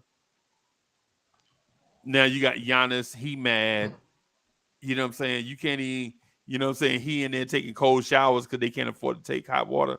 You know, not that bad, but you get what I'm saying. Right. But if you're that, or do you wait a year? And then now you have teams on your heels like Toronto and Orlando. Now it's New York, Toronto, and Orlando racing for that same window. And I mean, I think we could beat them as far as that window because of the fact that, again, if we have players that are, again, if RJ's already taking that next step and we already have a Julius Randle to compare with what Pascal Siakam can contribute with more durability, then that window is a little bit wider for us going forward. Plus, we already have the Jalen Brunson effect, who can, I guess, counter whatever Fred VanVleet brings to the table in terms of what Toronto does. He's just better. Right. That's Right. not But even. if you wait the year though, DSJ, if you wait a year, now teams like Indiana, Orlando, all these teams are on your heels racing for the same spot you racing for. Right? Do you and in 2 years, I think Detroit will be there. Yeah. Right? So I think I think that's dependent on if they get Victor or not. right. Right, no doubt. No doubt. But even if they don't get Vic, right? Say even if they don't get Vic, right? You still have to look at the um the development of the players that they already have. Oh yeah, for sure. Because That's what Cade that, is gonna be a problem. Ivy's right, gonna be a problem. Jalen Durant is gonna be real good. right, right. And so that's what I'm looking at right there. Like, do you make the move this year? While teams while I anticipate veteran teams are gonna, like, for instance, if Philly loses, bro, I'm confident, 100% confident they'll break that thing up and move on from Doc Rivers. Right? I think Milwaukee is gonna do that this summer. They got to. Right? They can't afford to financially. It's just irresponsible financially. Right? Atlanta is stuck in purgatory. You know what I'm saying? There are a lot of teams in these weird situations, and then you have the young up and comers, right? You have the Knicks, you have Indiana, you have Detroit, you have Orlando, and while the Knicks are exceeding expectations, it make us not look like a young team. But when you take Evan Fournier and Derrick Rose off the roster, this team might be the youngest in the Eastern Conference, Mm. right? Hartenstein doesn't turn 25 until Friday. Well, in terms of our rotation, we have the youngest rotation outside of like maybe the Cavs. I thought it was. Is it In terms Memphis? of just guys in the rotation playing, I I saw think I we have saw the I saw the thing like 2 months ago. I can't remember, but yeah. So so for so playoff Dre, teams. That what's is the upside? What's the upside of waiting till 2024? the upside is you if the development of these young guys continue, you just inflate their value even better to the point where you can just flip them for a megastar at that point if one becomes available. Not Okay, just a marginal player, okay.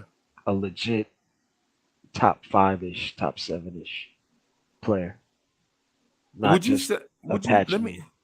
let me ask you this? Would you sell out this year for the kid from Oklahoma City? SGA, Yeah,